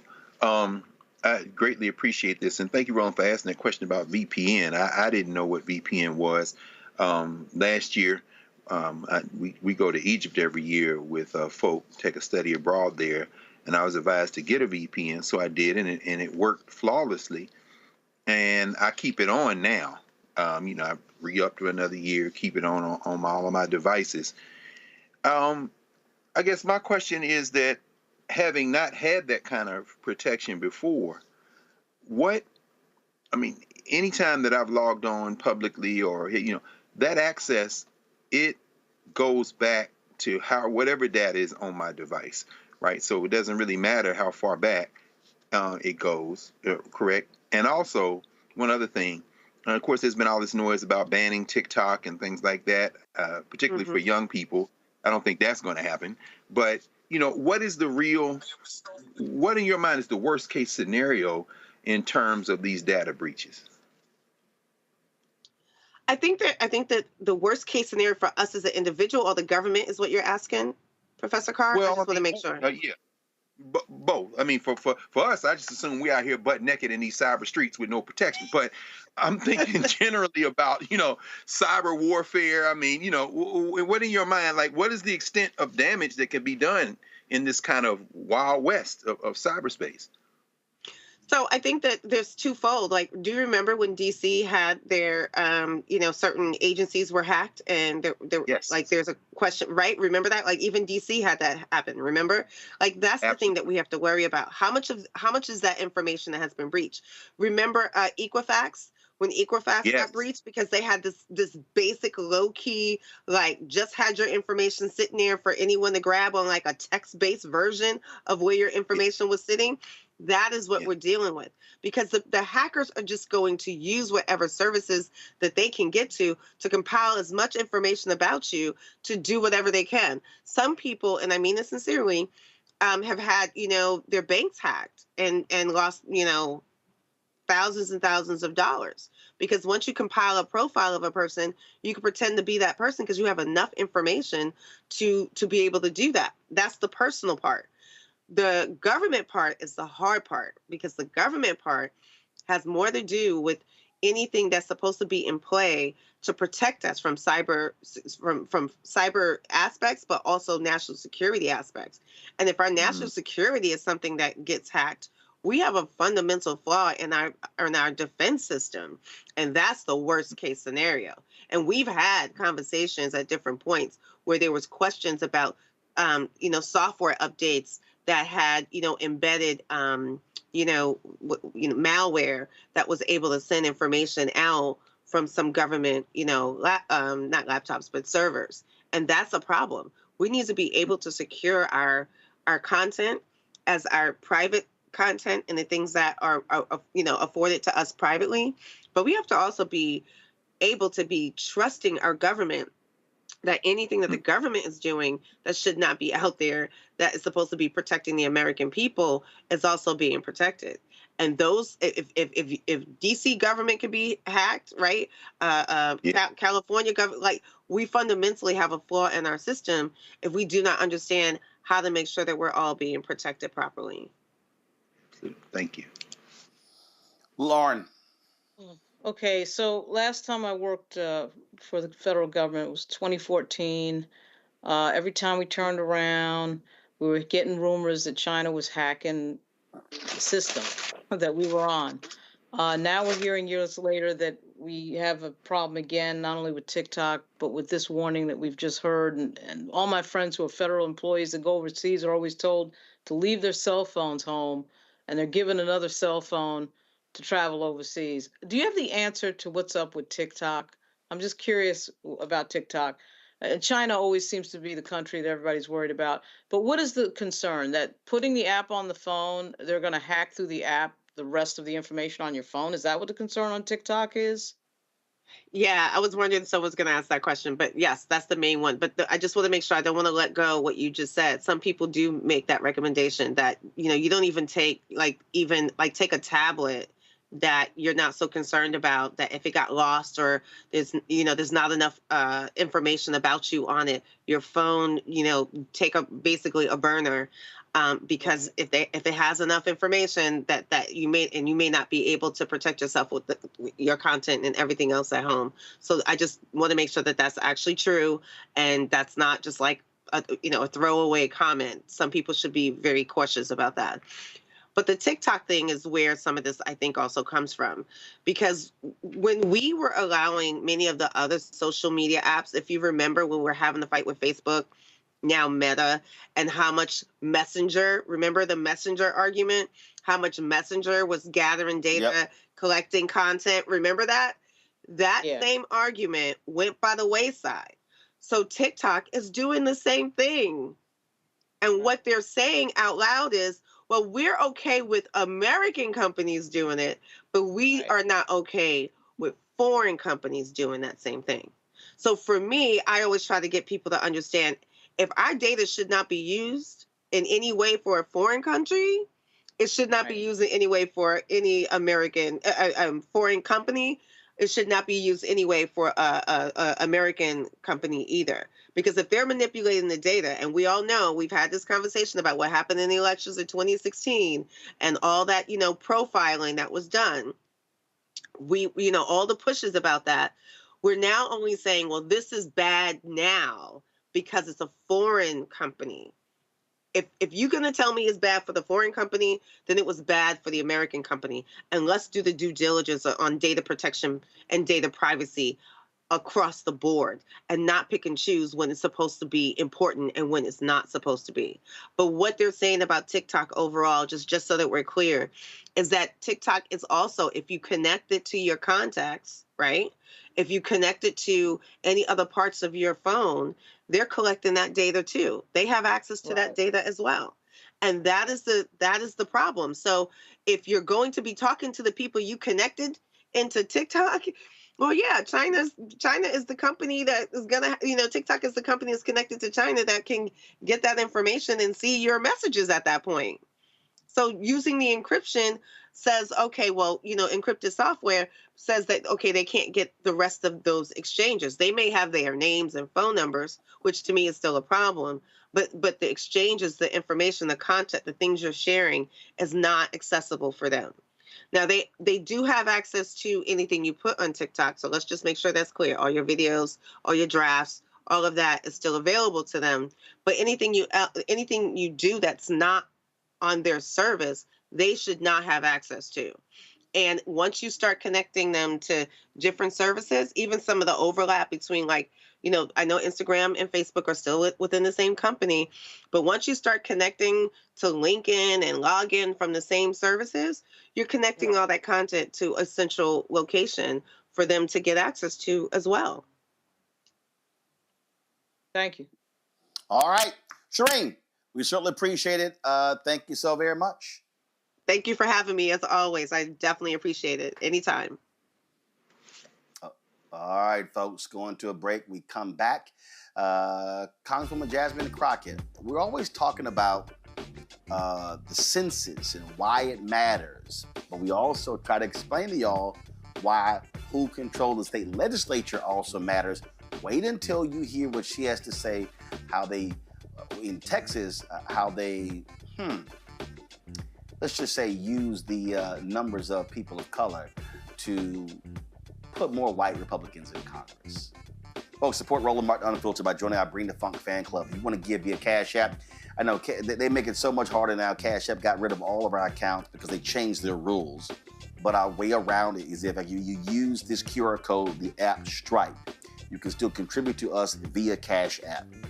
So just use this QR code, click the Cash App Pay button to contribute. It's a lot harder than just going this direct, but, and so it goes. This is all we can do for Cash App. You can send your check and money order to P.O. Box 57196, Washington, D.C., 20037-0196. PayPal is R Martin Unfiltered. Venmo is RM Unfiltered. Zelle, Roland@RolandSMartin.com, Roland@RolandMartinUnfiltered.com. We'll be right back. Hi, I'm Isaac Hayes III, founder and CEO of Fanbase. Fanbase is a free-to-download, free-to-use, next-generation social media platform that allows anyone to have followers and subscribers on the same page. Fanbase was built through investment dollars from equity crowdfunding from the Jobs Act. People just like you helped build Fanbase, and we're looking for more people to help build Fanbase. We are currently raising $17 million in a Regulation A crowdfund on StartEngine. We've already crossed $2.1 million, but we're looking to raise more capital from people just like you that deserve the opportunity to invest in early-stage startups without having to be accredited investors. So right now, I'd like you to go to startengine.com/fanbase and invest. The minimum to invest is $399. That gets you 60 shares of stock in Fanbase right now, today. And then use Fanbase to connect with friends, grow your audience, and be you without limits.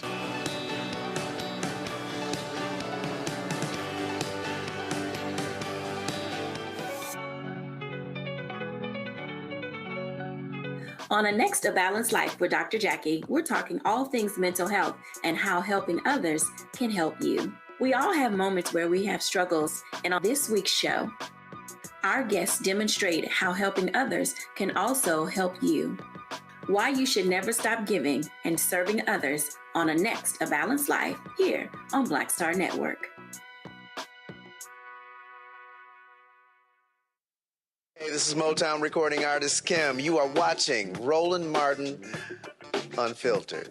That boy, he always unfiltered though. I ain't never known him to be filtered. Is there another way to experience Roland Martin than to be unfiltered? Of course he's unfiltered. Would you expect anything less? Watch what happens next.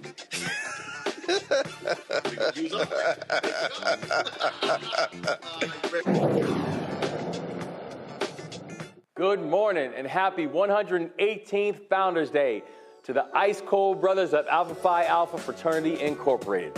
This is Governor Wes Moore, and I'm honored to celebrate this special day with each of you.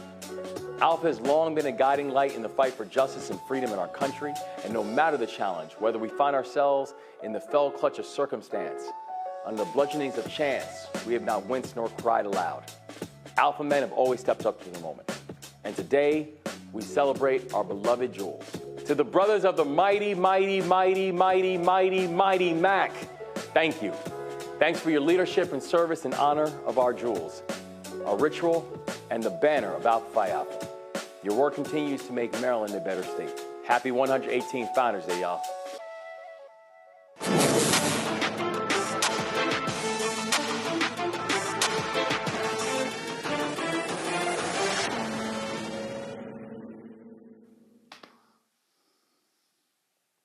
Well, today on Capitol Hill, Congresswoman Jasmine Crockett broke down how white Republicans in Texas took advantage of population growth by Black and brown people to, guess what, increase their power in Congress. Watch this.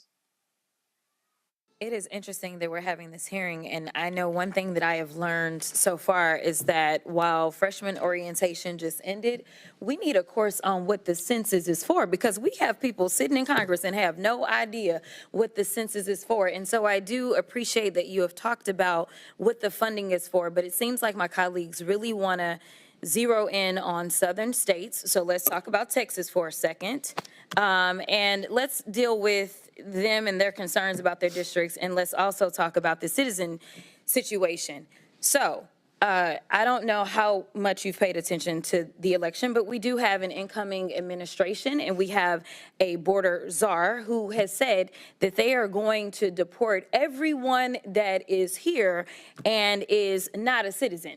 They are planning to do mass deportations. In fact, in the state of Texas, our commissioner has offered up land so that they can put these camps there and send people out of our country. Now, if you start asking people, are you a citizen or not, and they're living in a home and somebody's threatening to go in and raid homes and take everybody out and send them back to wherever they came from, I mean, I would imagine that that may make people say, never mind, I'm not going to fill this out. But I mean, has that been your finding or no?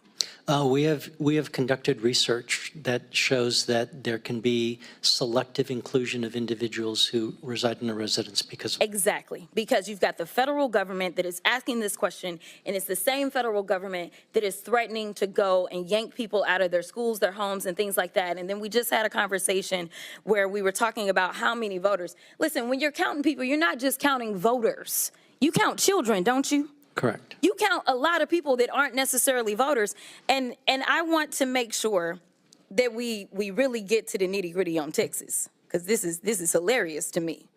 Texas added 2 seats.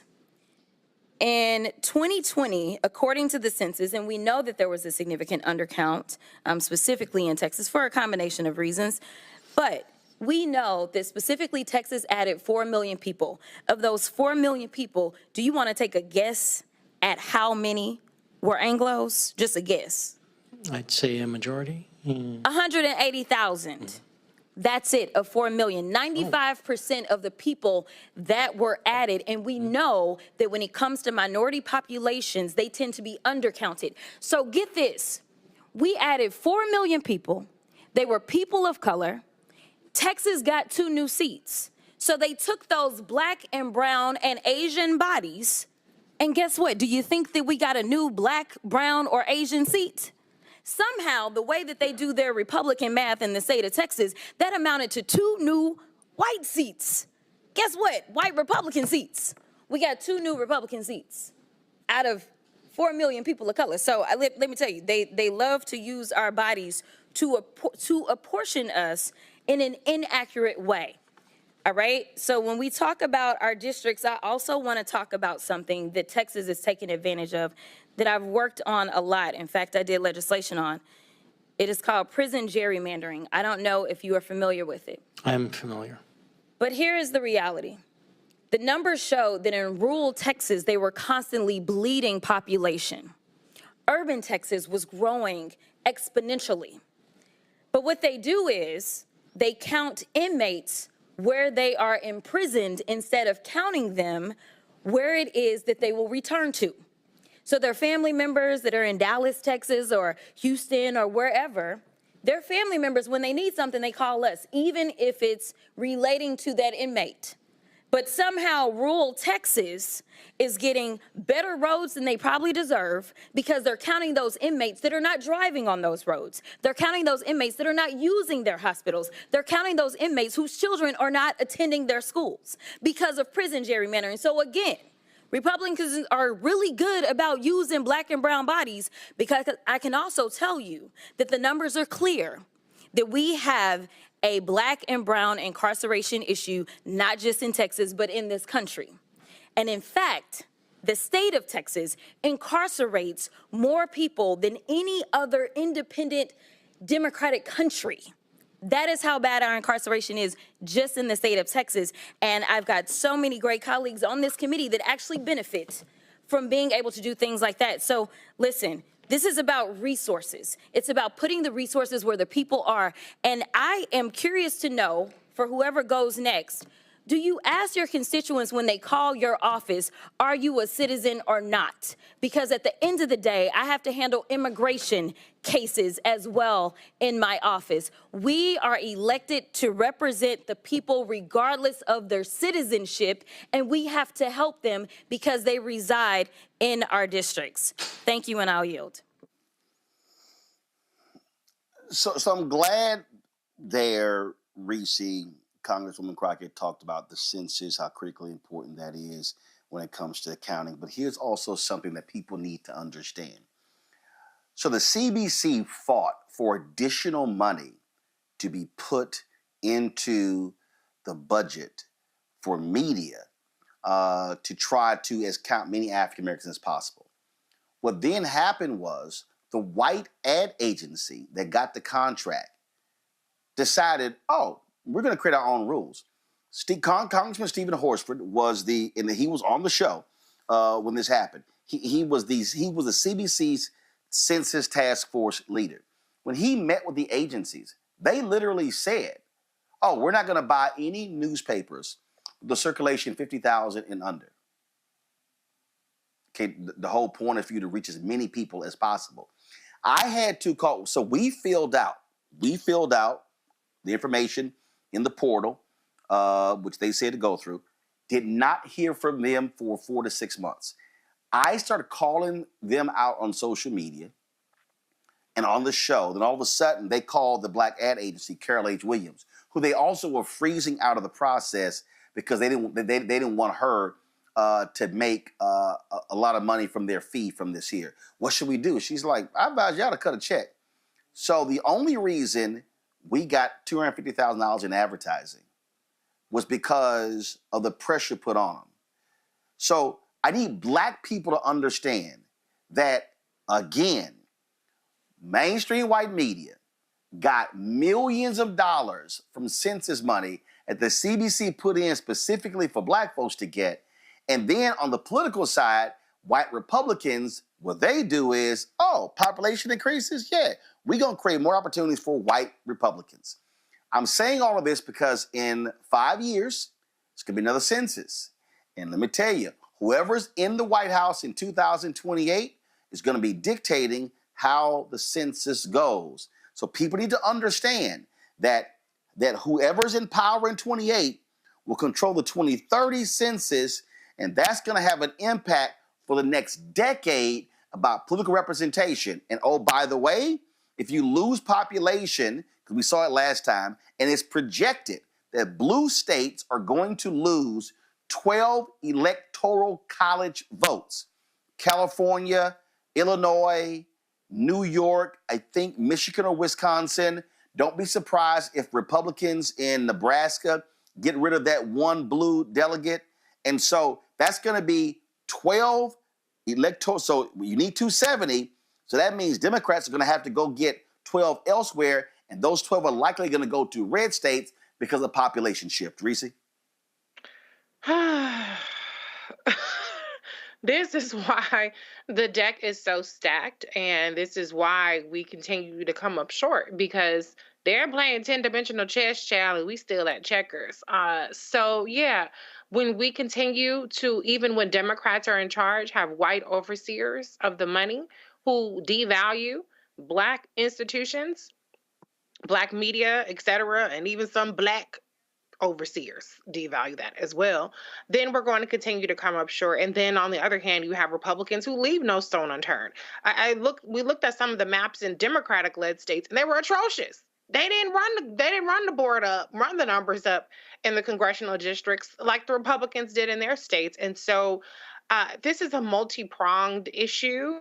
It goes to the lack of trust in the government in terms of the census and things like that. And it just goes back to how Republicans are willing to exploit any and every angle that they can. So I'm afraid that it's not going to be a rosy picture unless there is a fundamental and radical and drastic shift in the way that information is funded in this country. And it's funded in ways that amplify and uplift Black media. And don't talk about, well, y'all don't have 30 million subscribers compared to Call Her Daddy or Joe Rogan or whatever the fuck.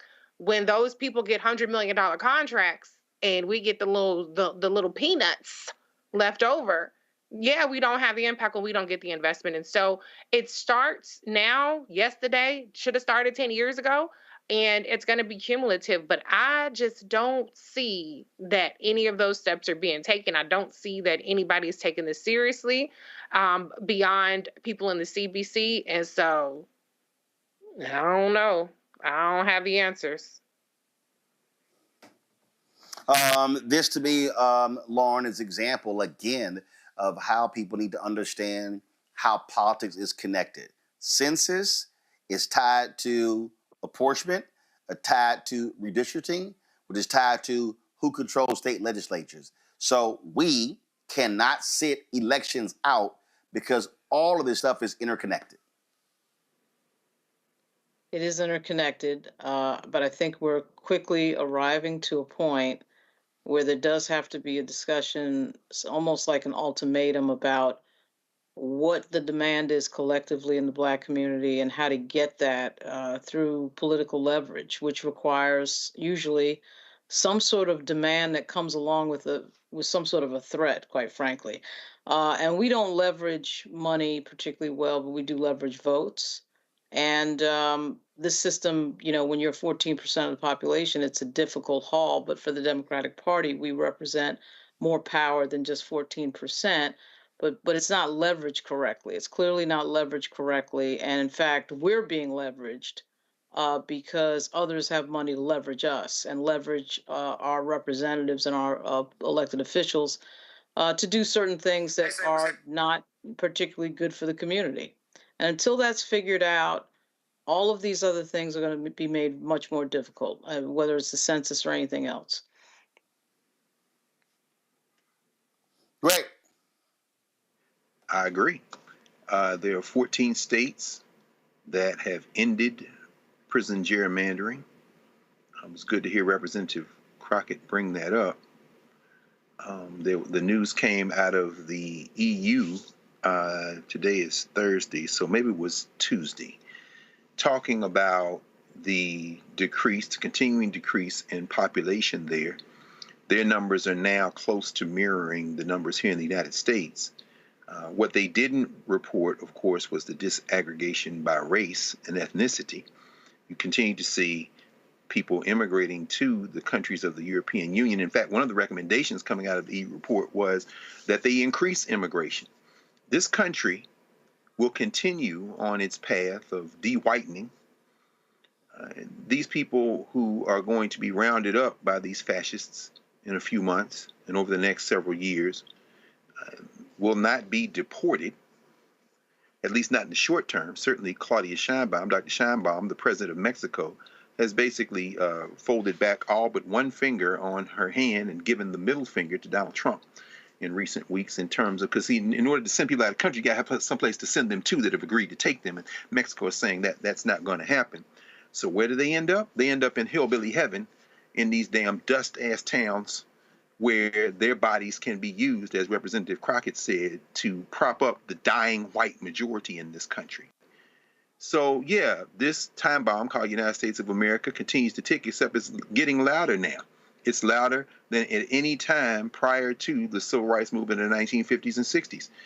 Now, as Malcolm X said finally, and here we are on the birthday of Robert Mangaliso Sobukwe, the great Pan-Africanist and leader of one of the leaders of the South African struggle. Malcolm said, as long as you have the ingredients for an explosion, you have the potential for explosion on your hands. This country has made full-scale step now to become an apartheid state in a way we've never seen, because white people understand, from Steve Bannon to Elon Musk, that they're about to be a minority. That doesn't mean that they will be in power. What it means, however, is that there will be a confrontation now that won't take place at the ballot box, won't take place in the courtroom, even as we see the assassination in broad daylight of the guy who was over the largest private healthcare company in the country. That confrontation is going to take place in the street. And they're not built like that. They're not built for that. All right, folks, gonna go to a quick break. We come back. I just gotta let y'all tee off on all these white folks talking about how dare they don't vote for Peter Hegseth to be Secretary of Defense because he's more qualified than the current Secretary of Defense. Really? Really? Yeah, we got something to say about that when we come right back. Pull up a chair, take your seat. The Black Tape with me, Dr. Greg Carr, here on the Black Star Network. Every week, we'll take a deeper dive into the world we're living in. Join the conversation only on the Black Star Network.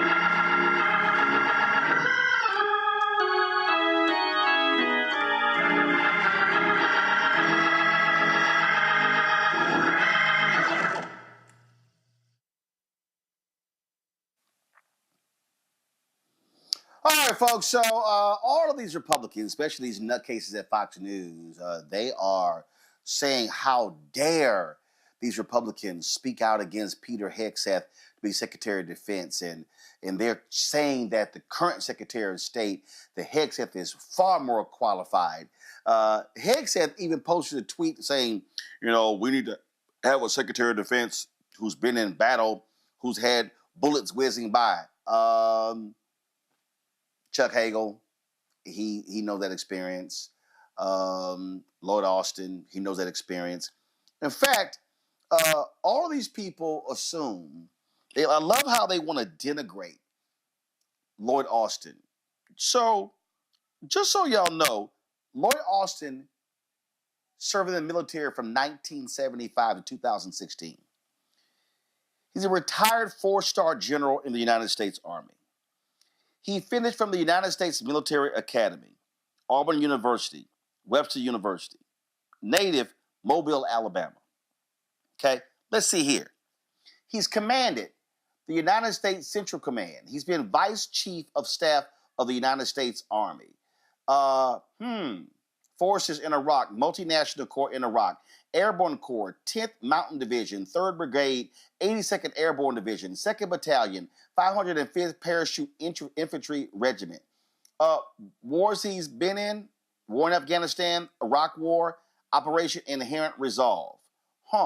If we pull up the list of awards: Defense Distinguished Service Medal with 4 bronze Oak Cliff clusters, Army Distinguished Service Medal, the Silver Star, Defense Superior Service Medal, Legion of Merit, Defense Meritorious Service Medal, Meritorious Service Medal, Joint Service Commendation Medal, Army Commendation Medal, Army Achievement Medal, Army Presidential Unit Citation, Joint Meritorious Unit Award, Secretary's Distinguished Service Award, Department of State, National Defense Service Award, Armed Forces Expeditionary Medal, Afghanistan Campaign Medal with Campaign Star, Iraq Campaign Medal, Global War on Terrorism Expeditionary Medal, Global War on Terrorism Service Medal, Humanitarian Service Medal, Army Service Ribbon, Army Overseas Service Ribbon, and on and on. When these white folks actually read Peter Hegseth's bio, he literally can't even carry Lloyd Austin's briefcase.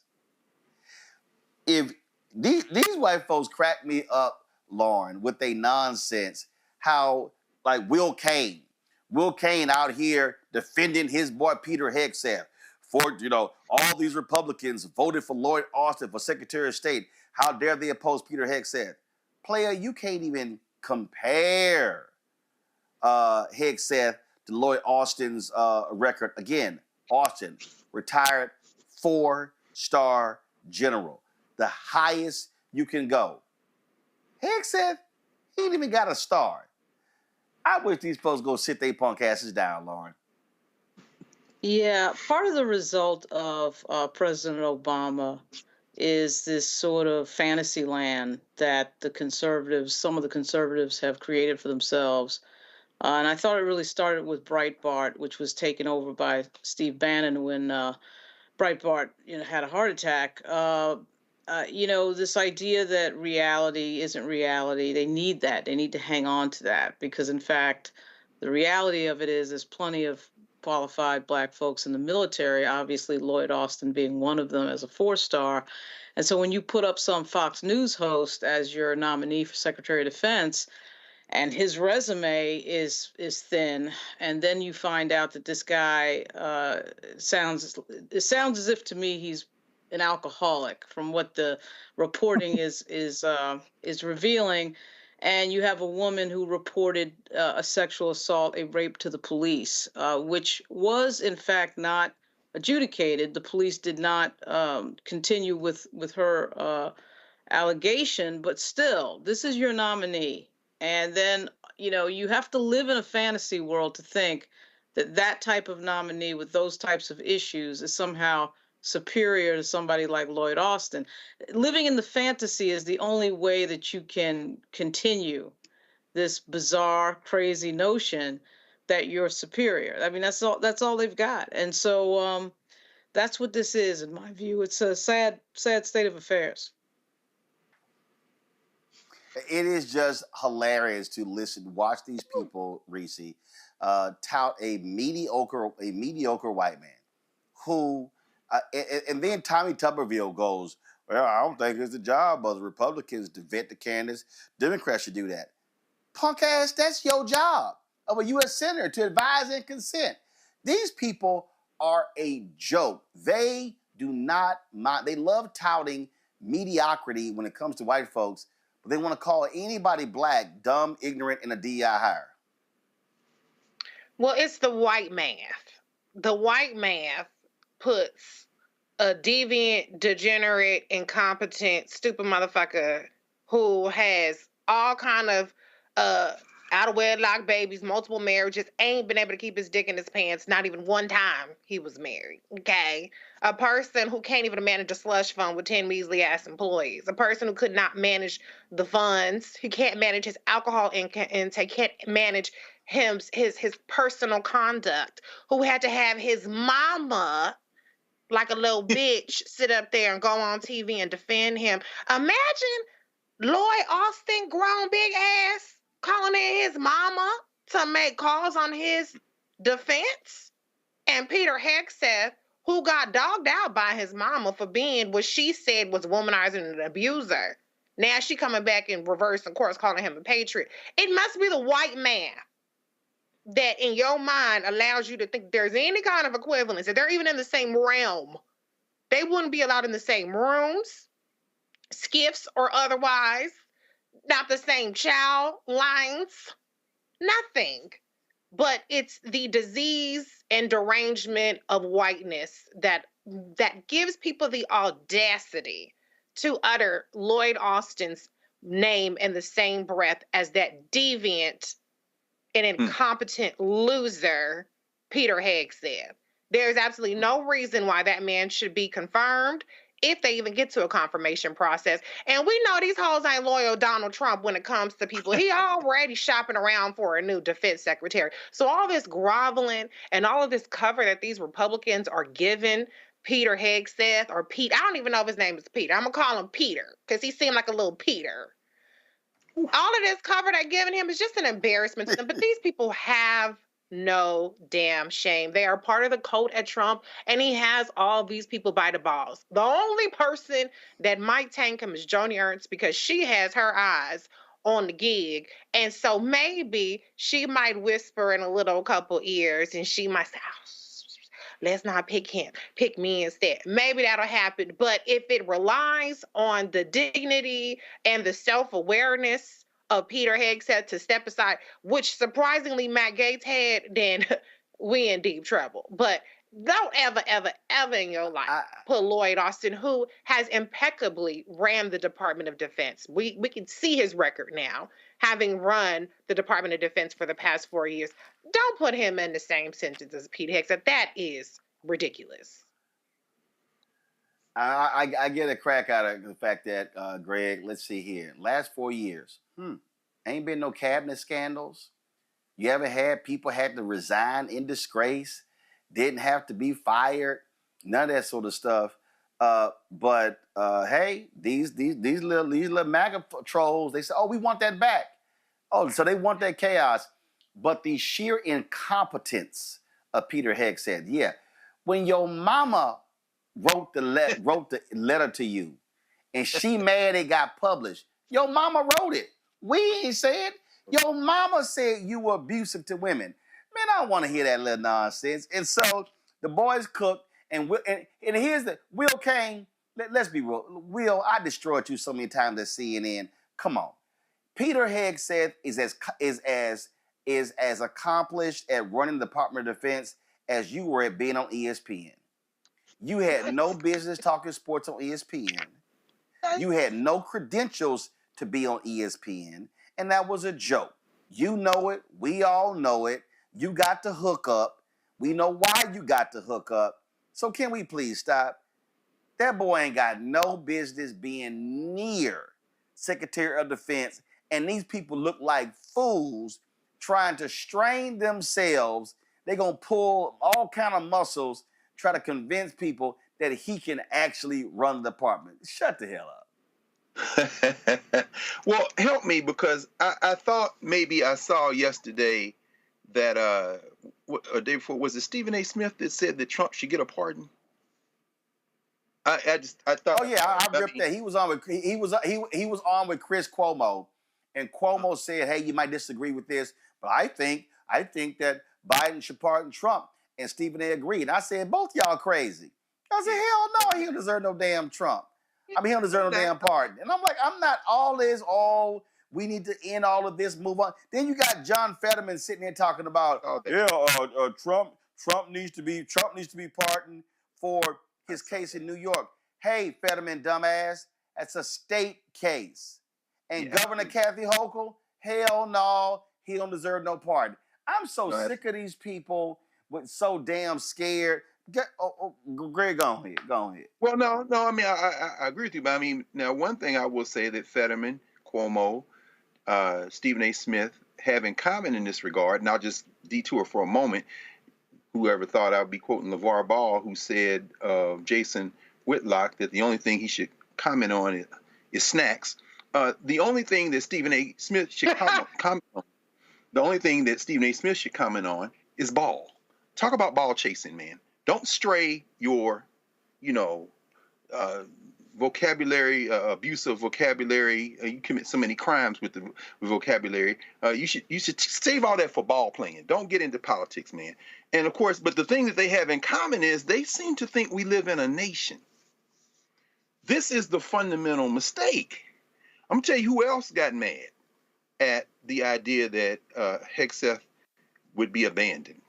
Steve Bannon, yesterday from his row house in the shadow of Capitol Hill on his War Room podcast, mad as hell at Trump and them, saying Mar-a-Lago needs to get its act together. Do not abandon. And I don't know whether it's Peter or Pete either, Reese, but he said Pete. He said, don't abandon Pete. Don't abandon Pete. Because, and this is the fundamental issue, abusing women, sexual assault, complete and thorough incompetence, alcoholism, these are not detriments, they are qualifications. The objective that Bannon has is to destroy the government. So as we talk about the idea that there are standards or that there's some notion of national unity, whether it be John Fetterman or Stephen A. Smith, whether it be Andrew Cuomo or whoever else saying Biden should pardon Trump, you're thinking about this like you're trying to preserve something that doesn't exist.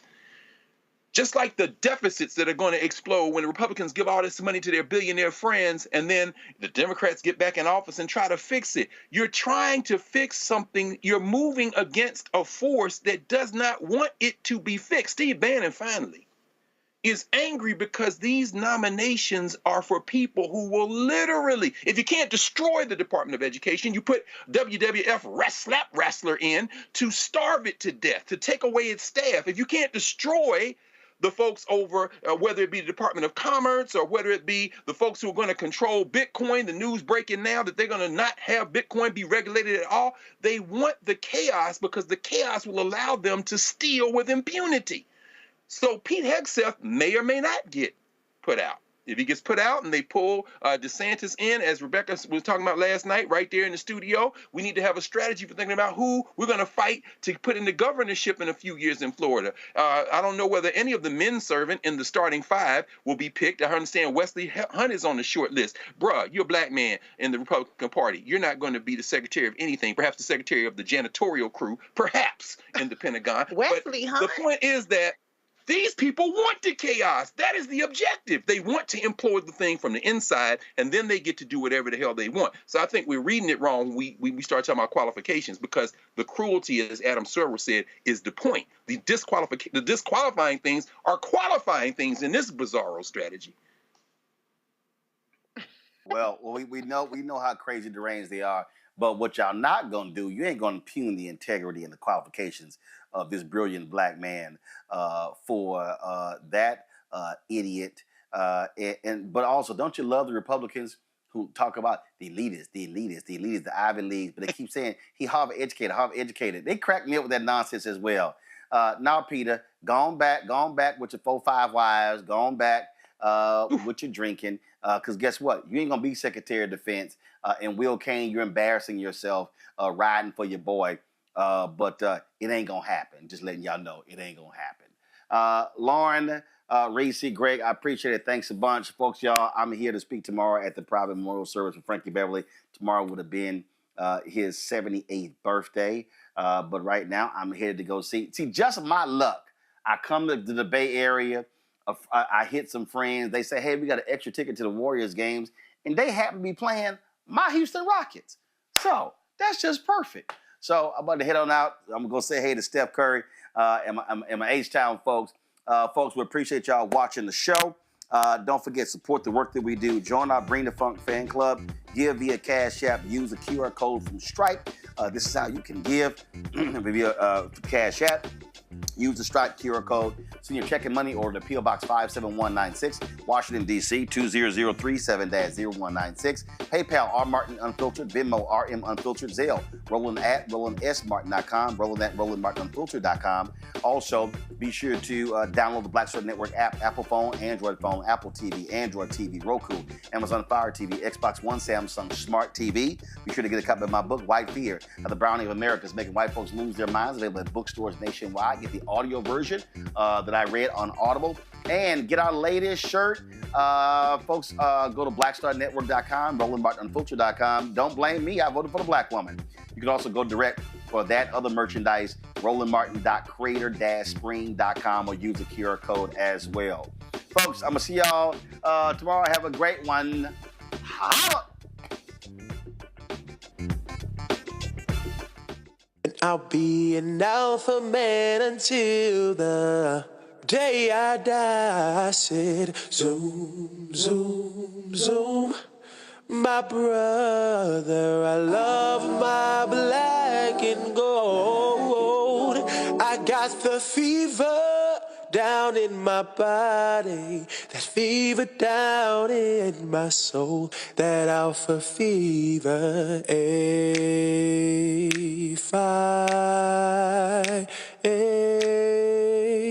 A-fi, all of my soul, it be